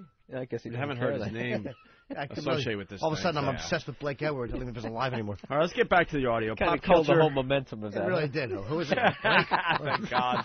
That's why we move on. We got all sorts of things to move Doesn't on. he have a show on XM? Blake Edwards? No. Pop culture in review. He's a kicker. And that's just what she did. Jessica Simpson walked out on Nick Lachey. I was really shocked that Nick and Jessica broke up because they seem to have the right relationship. Really? Jessica was the flower, Nick was the gardener. But the news of celebrity romances wasn't all bad in 2005. Does every clip show have to have the fucking faggot insider? Yeah. Every clip show knows everything. Has the faggoty designer, hairdresser. And Michael Ian Black. He's in every one. Every single one. Yeah. And has yet to say anything remotely funny. He just says sentences and then just kind of... And they put him on every single one of these And shows. all of a sudden, she left him. And there was a good year for that type of genre.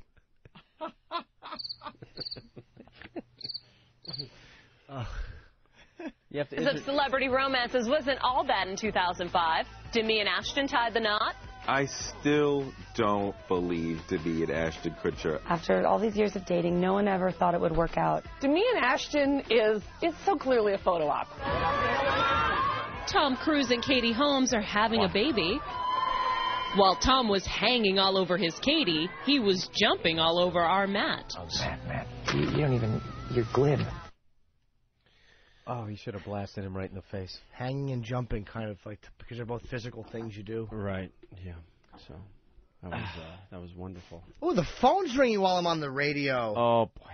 Hello? Hi, Esty. Can I call you back? I'm on the radio. Yeah. Esty! Opie says hello, Esty. Okay, Bill Burr says he doesn't need the club anymore. I'll call you back. I'm only here for like 1 or 2 days. This is totally. Now it's all about Jimmy. It's Esty from the Comedy Cellar. I wish somebody at Kickers would call me. Yeah. Where the hell is the manager at Kickers? Esty's. I love her. I told her I'm on the air, and she's like, I just have to know if you're here next week. That's Esty. She always hooks me up when I go down there. Comedy Cellar is a great comedy club here in Manhattan. If you're visiting New York, check it out, because it's the home club for all these guys when they're trying out their stuff before they hit the road. Yeah, and anytime Seinfeld or Chris Rock goes on there, you never know who's going to walk on stage and do a few minutes. It's great. Anyway. A lot of controversy on the instant feedback and the Pal Talk. Yeah. Apparently Tony P. from Ohio, Jesus Christ, give a motherfucker 5 minutes to figure out Pal Talk before banning him from the room. I'm hearing a few people getting a little power crazy now in Pal Talk, and they're kicking and banning some people from the room. I don't know what Tony P. did. I think the only thing you should be banned for is pulling out your cock. Pulling out your cock. Well, now let's not jump to conclusions, Ope. There might be a reason for it. I don't know this Tony P. I don't know what he does. Tell him you don't want to see his cock. He won't show it, believe me. Hey, you know who they should ban from making movies? Steve M. Right. Steve M. has a problem. You know what would be great for me to do? Tony P., I'm banning him from instant feedback for complaining about Pal Talk. That's right. And we're sending someone over to your house to take your XM away from you. That's right. Right in front of your eyes. Flush it down the toilet. And we're going to fuck your girlfriend and ban you from her vagina. I don't know why he was banned. All right, we got a little more pop culture. The year in review. Hollywood's young actresses seem to all be shrinking. There was Nicole Richie, Lindsay Lohan, Hilary Duff. And we just... What did she say? Yeah, what did she add to that? She listed people. Nothing. Typical dumb broad. Nothing funny. She listed people. There was this one, that one, this one, that one. How come I can't get on stage? How come they say men are funnier than we are? And we just couldn't take our eyes off Bobby and Whitney. Nothing can stop Bobby and Whitney. And their show was alternately beautiful and then amazingly embarrassing. Oh, my stomach. When you mix... Can I point something out? Yeah. Fuckhead trying to sound smart. You say alternately beautiful and amazing. You don't have to say alternately this. You understand? He said alternately and then didn't give two alternate things. An alternate. Yeah. Right. The man's a boob. Alternately a faggot. When you mix... Good example. Crazy people, crack, and fun, you're going to be together forever. You can sum up this year's music in 3 simple words. Yeah. Mariah, Madonna, and Kanye. Mariah, Madonna. Although many tried to write Mariah Carey off, I did not think that Mariah could come back. I thought she was too crazy. she made a big comeback this year. A hot tub with you touching feet. What the fuck? What? This is just nonsense. This is babble. nothing. He didn't think she could come back because she's too nutty. Crazy? I did not think. He starts everything real slow. Yeah. like something amazing is going to come out, and then nothing happens. It's just Drek. Nothing. I had no idea. Crazy sells that records. Tommy Lee got another tattoo. Yeah, right. Who wants to shoot themselves editing this? Like, who is the poor motherfucker that has to sit there making shit and edit this crap together? Anything on mean a you deadline? say, they take out. Anything mean you could. Yeah. These could be fun Yeah. to do if you could destroy the celebrities. I've done a few. You just smash them. You know, whatever tragedy they had, whatever drunk driving ticket they got, you fucking make fun of. Yeah. Right out. They'll put the fucking gay designer going, and the hair was messy. You know what we should do? We should take one of these exact shows, cut out all the comedians they use, and re-edit it with our guys. I love it. How funny would that be? That's kind of like the bit that I was thinking of with fucking our New Year's resolutions. No, it wasn't. It was nothing like I it. like the fucking. Your idea is stupid. Well, now that Bill Burr's here, I'm ready to give my New Year's resolution. Uh-oh. Uh-oh. What is that? I don't know. He probably doesn't really have one. Let's move on. Back to the clips. No, I want to hear it. I want to hear don't it. want to lose clip momentum. I don't want to be kept in the dark. It's going to affect my comedy for the rest of the show. Let's go back to the clips. I feel left out. No, I'm sure it's nothing important. I mean, whatever it was, we can get right back to the clips. Jimmy, you've been cracking me up the last 2 days. Damn storm coming to Detroit. Fuck, man. It's bad. What are you doing? I don't know. From now on, this is how I look in studio. That line from yesterday still kills me. What are you doing? I don't know. But there's no light on him. It's only the moonlight through the window as he's there. Creepy. I don't know. Can you help me? They have me painted as a lunatic. We They discovered really that do. Anthony may have some things from World War II. I have right now 2 collectibles from that era. So Jimmy had a scenario yesterday that just... He's the most unstable man on his block. You know he is. That's what we were saying I yesterday. am not. I am completely stable. How many times I a day enjoy... do you peek out from behind your curtains? Some sort of weapon Once in the strapped morning, to your ankle. never with the weapon, but once in the morning when I'm taking a leak, the blinds are right next to the toilet, so I kind of open them with 2 fingers and look out just to see what kind of a day it is and see if anybody's lurking. He lives like Malcolm X, just fucking holding a weapon. A weapon. Holding a weapon. No, it's actually I hold a Wiccan, and she conjures up things for me. Ugh. A Wiccan. I don't know. I said Malcolm Weckin. I'm silly. You're wecking the whole bit, you wascally wabbit. I got scared. I just wanted to share that thing that you did yesterday with Bill, but whatever. I have it's a just couple making of me laugh. Dude, really I'm hard. half listening. I'm freaking out that I'm supposed to be Yeah, I pneumonia understand. right All right, now. why don't we just go back to the tape then? Is that a yarmulke? Yes. Yes, some Jew brought it in for us. Really? And it's filled with change. Way to paint with a broad brush, Ant. It's filled with pennies, actually. Jesus, soap. That's Oh. not very nice. No, it's Wow. really filled with pennies, though. Is it? Somebody needs to go to the Museum of Tolerance. Right. Good How point, irritating Bill. is that? You can shit on any other race, and then you just get, you get shit for it. They don't have to send you to a fucking museum. I think that's a little pompous. The Museum of Tolerance. The Museum of You need to learn how to tolerate me. How about you take a little trip to the Holocaust Museum? Yeah. You see what the people went through. How about you go to the And then museum? you make a joke. But what do they have in Rwanda? They got a little Viewmaster. Oh, that Holocaust. Here you go. It's less of a budget. Yeah, we really don't have much of a budget here. Just look, it's machetes, a lot of blood. There you go. All right, let's get back to this.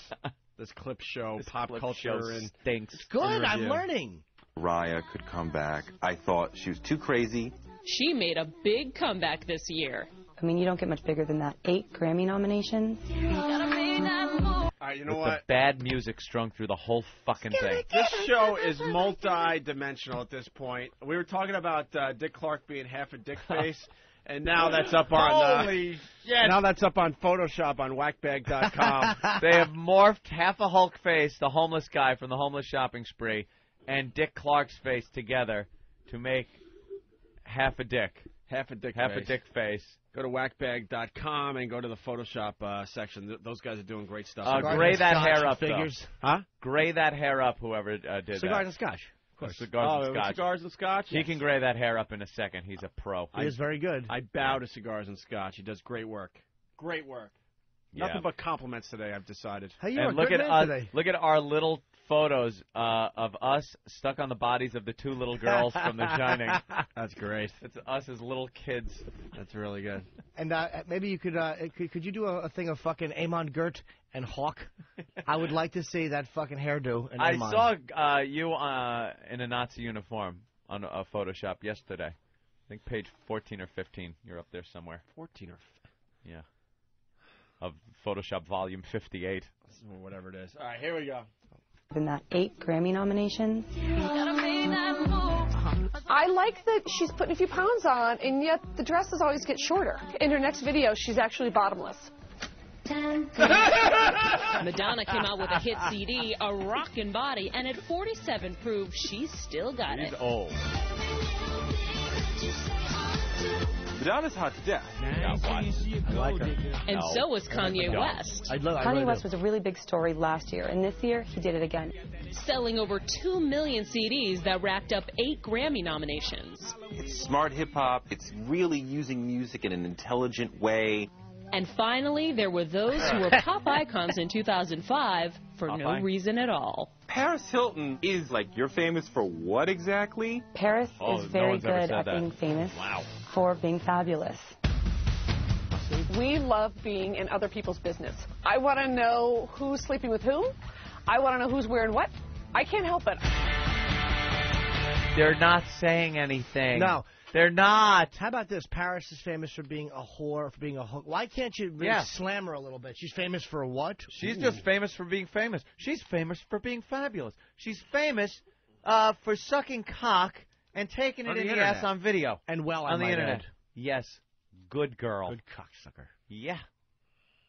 That's what it is. Was that VH1? That's why she's famous. Was that VH1? I have no idea. Their fucking head of programming. I understand. I think Pop-Up Video started these type of things, and that was a fun show. It was a good show. Entertaining, although I didn't like reading so much. You know what, Ant? It would hurt my head. The picture, I'm reading, I'm looking, I'm reading. I just like the theme. Pop-Up Video. Oh. Pop-Up Video I loved. It was good. It was an innovative show. Absolutely. Yeah. You get a little fact, repackage. That's all they do now is repackage things. They take the shows, they cut them up, they throw it in, repackage. They pay the talent $15. That's you got paid? The third Did you time get paid for yours? No. I know we did one. No. We never got paid for that, right? Here's why. Because AFTRA sucks moose dick.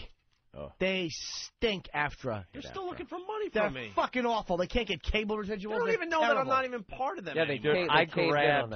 They're fucking awful. I grabbed a Sharpie with a fit, like if you gave a caveman a Sharpie, that's how I was holding it, and wrote on the after bill, "Not with you anymore."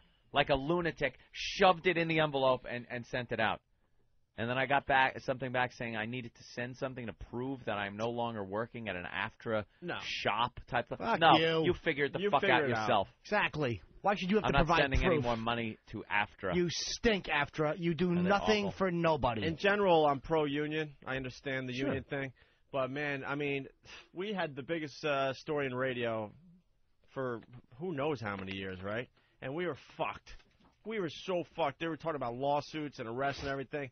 Now, one fucking phone call from the, quote, union to see what they could do. Or if our rights were infringed upon by the company to help you shell out all this cash month Call after them. month They to never these called guys. me back. Nothing. They're fucking terrible. Because there was a point I was panicking pretty good. I'm like, wow, let's see, what's going on here. Nothing. But they had no problem making sure they got their dues in time. Yeah, they do. I have AFTRA Health. I can't wait because the Louis Project is SAG. SAG is a much better union. Yes. And they wanted to merge recently. And SAG went no. Yes, why would we? Why would we? That's like Seinfeld. Is that how they said it? They did. That was exactly. Why would we? Why would we? Why would we? That's exactly how they said and it. That was Bill. the gesture with the left hand. All disgusted. Why would we? Why? It's AFTRA. We all know they stink. We're not merging with you. Why would that help us? It wouldn't. All right. Well, Barbara Walters did the top 10. This is a lot of fun this year in review stuff. I gotta tell you. It's what you got to do at the end of the year. It is the law. Well, it's good. It's great because it's so easy to goof on. Barbara Walters, top 10 fascinating people of 2005. Everybody. We're not going to do all 10. Let's see if it's politically correct. Just a couple highlights. We got, first up, Dakota Fanning was one of the top people, top celebrities of 2005, according to Barbara Walters. Dakota Fanning was in War of the Worlds. Yes. She's the little kid that doesn't act like a little kid, and it's creepy to watch her. The little kid. Oh. Yeah, exactly. I hate kid actors. Yes. Aren't they the worst? They go, yeah, John Travolta was fun to work with. Yeah. Like fucking 5. Oh, it was great. She sounds like she's 40. We were on set, and we had such a fabulous time together working. And well, my character is sort of sad, and I learned a lot from her. You're 5 years old, you idiot. Go piss yourself. Oh, here we go. Makes you happy they'll be on crack in 6 years. Dakota Fanning, everyone. Doing exactly what you guys just said. Oh, really? Oh, yeah. I know you guys haven't heard this. Listen to this. Do you choose your own roles, or who does? Well, my agent reads the script, and my mom and I think everybody kind of decides what's right for the time, but it's mostly me. Because, when you're picking the characters, I have to, really feel for the character and, be able to portray it, on film. I fucking... There she goes. Whatever I was going to say would not sum it up as well as that did. Sorry, no, please. That was perfect. I fucking hate her, and that was perfect. How old is she? I don't know. She's like a cowboy 11, hat and a garret. She certainly garage, does. whatever they call it. That's right. Why don't you tap dance to My Little Pony for the last time, you silly goose? Give her one of these. Oh, jeez. Why not the pants down when Bill Burr's in studio? Actually, because I had to fart badly, and I would pull him down in front of Bill. Yeah. It's a hot ass. He wants to see it. He can see it. How old is She's going to be 12 in on my I thought there was a certain level of respect we've had over February. the years. February, she's going to be 12? Going to be 12. So Countdown clock starts at 12, That's right. For you, maybe. all girls. It ends there. The hotness ends in... All right. I like that Dakota Fanning. Shut up. Her name just annoys me. It's such a fucking Hollywood name. Yeah, Dakota. Another one of the top people of 2005, according to Barbara Walters, Kanye West. Of course. And here he is, freestyle. Why? We're just giving you highlights from this dumb special. There aren't any. Here he is, freestyle rapping for Barbara. I say really serious stuff that touches on social issues, racial things, and I get away with it because I hide it behind really good beats or hot lines, so I'll make you laugh to keep from crying. And I could spit a rap for you right now that you will understand also. Oh, my God. Go ahead. I'm on Barbara Walters, I won't falter. Jesus walked, we took him to the altar. Much taller, not shorter. And I can talk to any reporter, turn on your recorder, I love it. Why do you love it? Just record it to me. I'll buy it. That's basically how it's going now. Wow. See, the reason bitch. why he can talk about all Holy that stuff, shit. he doesn't need to hide it. You're black. Right. What if no one's going to give you shit for that? Who's going to give him shit for that? That was awful. Exactly. He didn't know where to go. And that was such a bad freestyle rap. Barbara should have said, you know what, that was horrendous. I can see why you rehearse That before was you record. really bad. She's not brave enough to do that. No, of course she's not. Oh, just record it. I'll buy it. And then she laughs. Because I'm threatened by you, but I want to seem like I'm not. Yeah, because in her head, if she actually said, you know what, that kind of stinks, that makes her a racist. I'll Rather put than that just on my saying, you know what, iPad. that stunk. That just stinks. Record it for me. I'll buy it. I'll buy it, see, because that's how unracist I am. Barbara Walter. Talk to any reporter.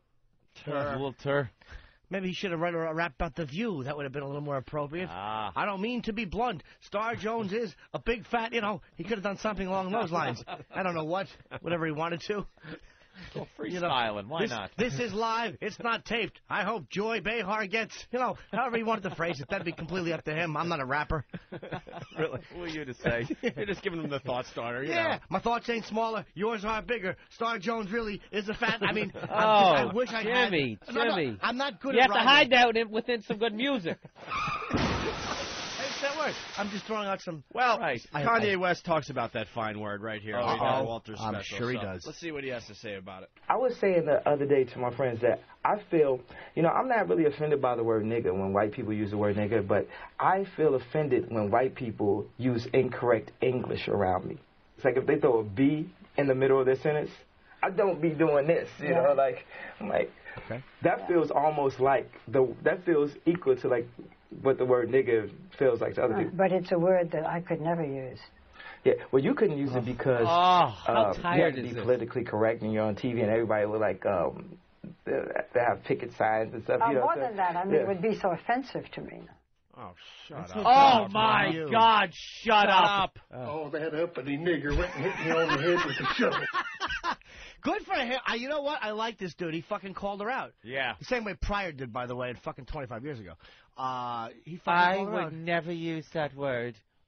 Yeah, and then he's like, yeah, because, you know, people would be protesting and stuff. Not for a second thinking because she wouldn't want to or use it or she's thought it at some point in her fucking life. But no, because it's just so offensive so dumb, to me. You can't say. Anybody can say it. Right. Anyone can say it. It can come out of your mouth. It's just different reactions of who can say it. Oh, Hold it. I saw one thing one Next man time. makes a move, the nigger gets it. See? Yes, Bill Burr? I saw a thing one time where they were just saying someone was going, well, white people are just mad because there's something that they actually can't do. Like, like all of us are that fucking privileged. All Right. those fucking douchebags eating macaroni and cheese in a fucking trailer park. That's the only thing that they can't do in life. Yeah. Everyone's privileged, so everyone can't say that. Exactly. It's just easy. The government sends you a bag of money and a USA Today every day. This is what a groveling worm she is. Why do you have to say that? Like, I wouldn't say that. It was so not pertinent to the discussion. No, the way she said it made it seem like, you know, she was forcing.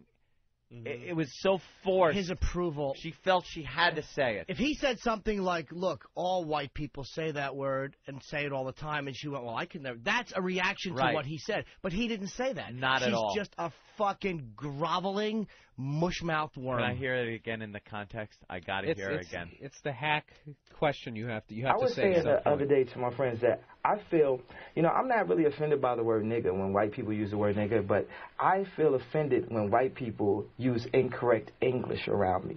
It's like if they throw a B in the middle of their sentence, I don't be doing this, you know, like, I'm like, that feels almost like, that feels equal to like what the word nigger feels like to other people. But it's a word that I could never use. What?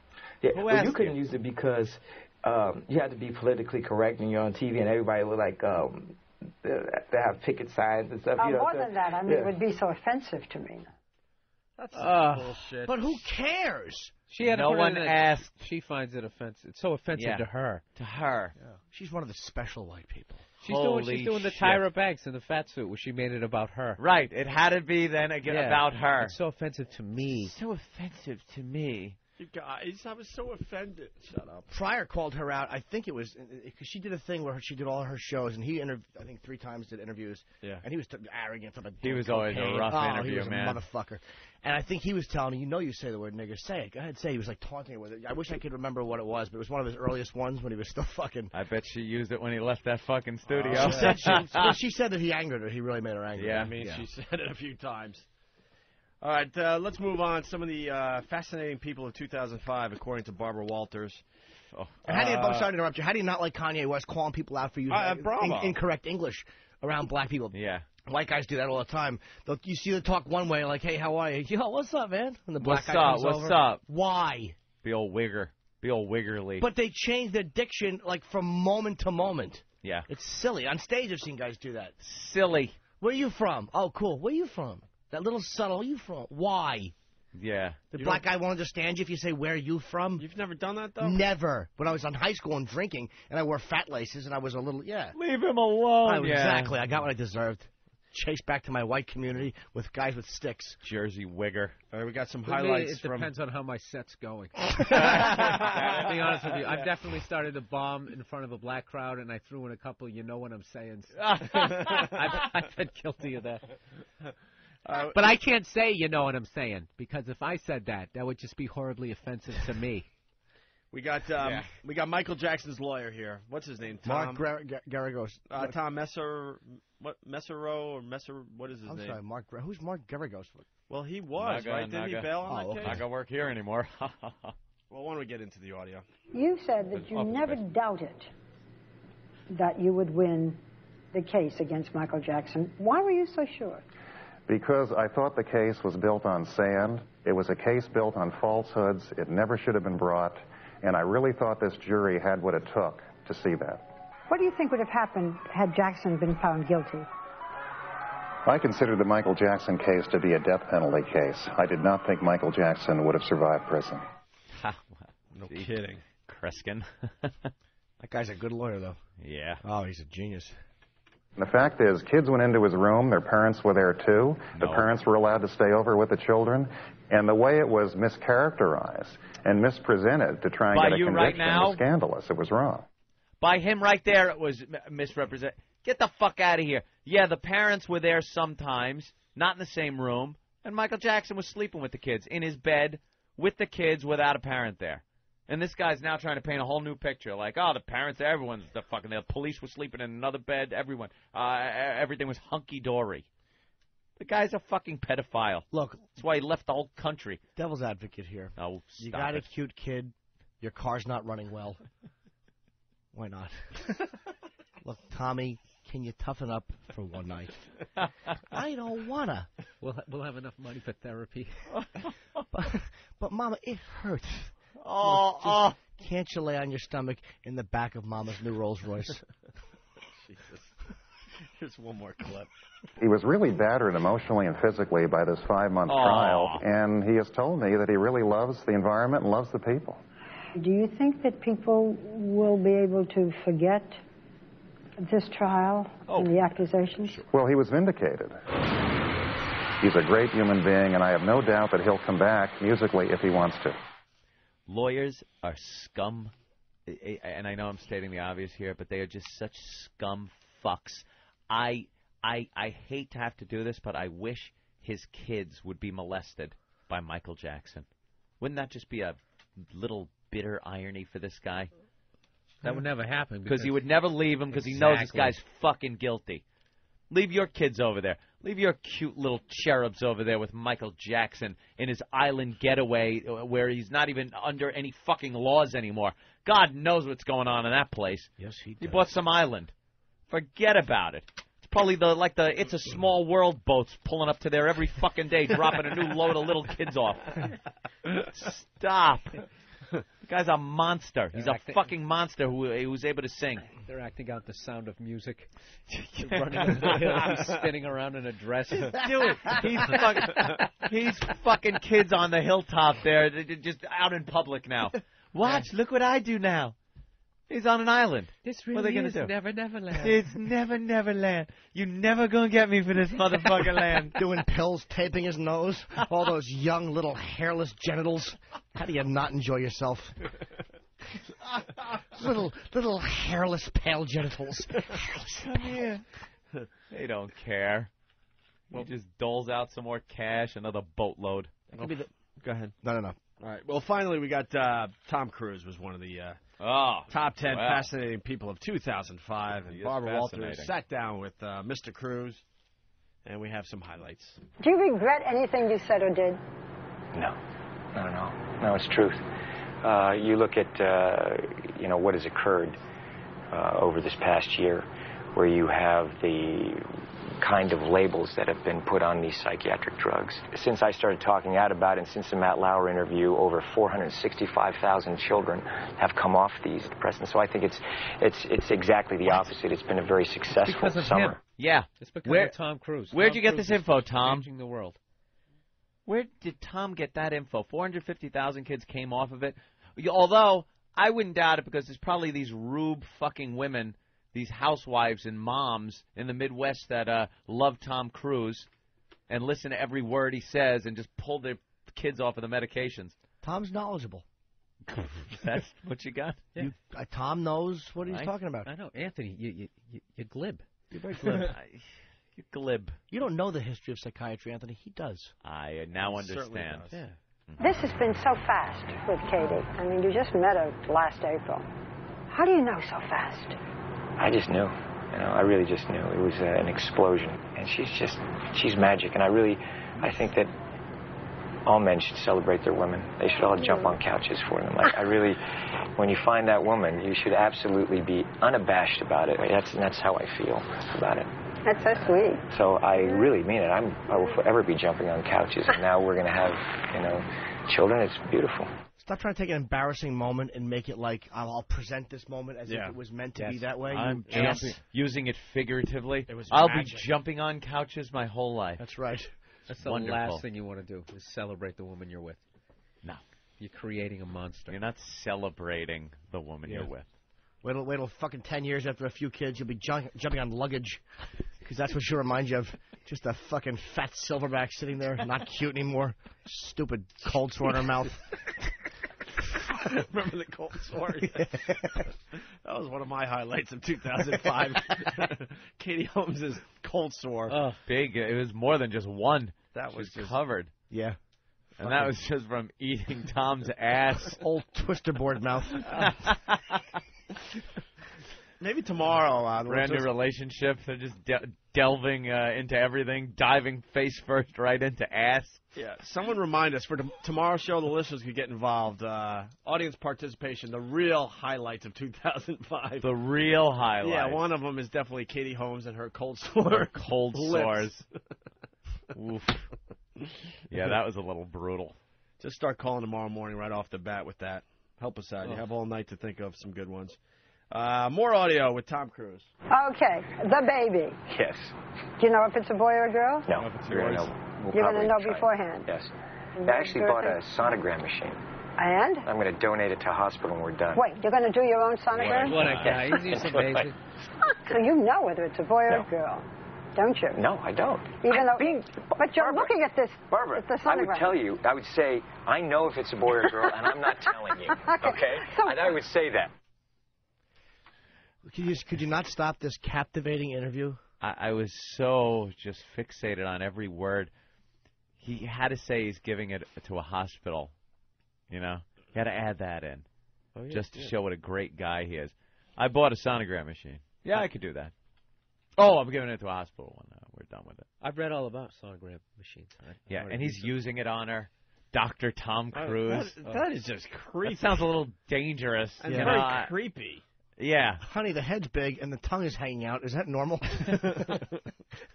Yeah, maybe you should just leave that to doctors that could see if it's going to be okay or come out of complete disaster. Yeah, you might want to know like early on. You don't want to find that out 8 months in. No. It's not going to be smart. Oof, this ain't going to be good, Tom. No. Remember how we talked about you want to do is find out in the first 3 months. Right. And the old foot comes out by the steps. As we call it, the old whoops-a-daisy. The old whoops-a-daisy, or paging Doc Martin. Paging Doc Martin. You're due at surgery at the top of the stairs. Oh, Wow. I forgot about. Treat that belly like a beanbag chair. Just sit on it. Whoops. Wow. Collapse into it and watch the game. Visit the offices of Doc Martin. One more clip from Mr. Cruise. Is there a Scientology way of having birth? Like anything, you want to be as quiet as possible. And I know there's been misinterpretation in terms of the woman can't make any noise. I mean, that's just not true. Bullshit. It's nutty. No. But just calm and quiet. I want Kate to be as comfortable as possible. And whatever she's going to go through, she's going to go through. And I'm going to be there. If she makes a noise, she makes a noise. Oh, she's going to make noise, I'm sure. You know, I don't Is he going to allow her to have painkillers? I mean, I don't know. You know, it's gonna we're going to go through it. No medication like that. I Everything. would, if I was Kate Holmes' father, I would kill this fucking guy. Why? Quite a paycheck. Yeah. He's probably making out pretty well. You whore out one of your daughters. Fine. But she already has money. She has an all right career. She don't have Tom Cruise money. Don't you fucking snub that Dawson Creek money. Yeah, well, the Dawson money. Right on, Bill. Nicole All right, Kidman. Al. Yeah. You're guaranteed to be a Set star for life, dude. Yeah. Fucking set for life. But you're a star. You're photographed every 5 minutes. If you're like his wife, if you're linked with Cruise like that, Yep. I mean, that's how famous he is. Nicole Kidman, who's Big for good, the career. But, oh, that's great. She'll do a movie with him. That's worth having birth with no drugs. And finally, we didn't get to this yesterday, the Gary Glitter update. Gary Glitter, last we left Gary, he was in Southeast Asia up on child rape charges, which carry the death penalty over there. And we're not talking any 20 years of appeal death penalty. We're talking guilty, you're dead. Hey! Dun, dun, dun, dun, hey! Just done. Electricity? Are you insane? They probably just lop your head off over there. I bet you they got the Savage best way to country. kill people over there. That's the right Playing way to a do drum roll like in Papillon. Yeah. Nice little drum roll, and then... Yeah, they don't do it the sweet Over. way over there. Yeah, Vietnamese police will formally charge British glam rocker Gary Glitter with child molestation and drop an additional charge of child rape, his Vietnamese lawyer said yesterday. Police have said medical tests on girls who alleged they had had sex with the 1970s rock icon. Why is he a rock icon? He had one stupid hit. Who was arrested last month, led them to look into the more serious charge of raping children, which can carry the death penalty. There you have it. It should. I think there's some more info on this story today. Supposedly he paid off one of the families $2,000. Yeah, like too large over there in Vietnam is a lot of cake. Just $2,000 to get off the hook. Is he done? Is he out? Well, he's going to spend some time in jail. Well, he still got the child molestation charge there. So Vietnam is just that whole area is known. People go there to have sex with children, and this guy can't even do that right. He can't even. He's such a creep that he doesn't even know how to go about that discreetly in a country that that's what they do over there. Yeah. That's actually in their tourism brochure. Right. It's a picture of a kid crying. Fucking savage people. Protect your own kids. He had so much child porn on his computer when he got arrested in England for it, and his computer broke, and he brought it to a repair shop, and literally children fell out of his computer. Nude children were what was jamming up the works. You got Similac in the J key. Wow. This guy is a monster, a predator. He's not going to be rehabilitated by this Vietnamese justice for $2,000 to pay the family off. Get rid of him. So what? He made a song. You should rent out the cabana at Michael Jackson's new place. There you go. He's going to be moving over there. Let's go to Pat in Boston. Pat, what did you learn on the show today? Learned a couple things. I learned that King Kong is better behaved than Mike Tyson, and that Trav is the promo homo. All right, Travis. I did learn that. Josh in Arkansas. I learned that Anthony needs an additional towel for his cock. Todd the trucker.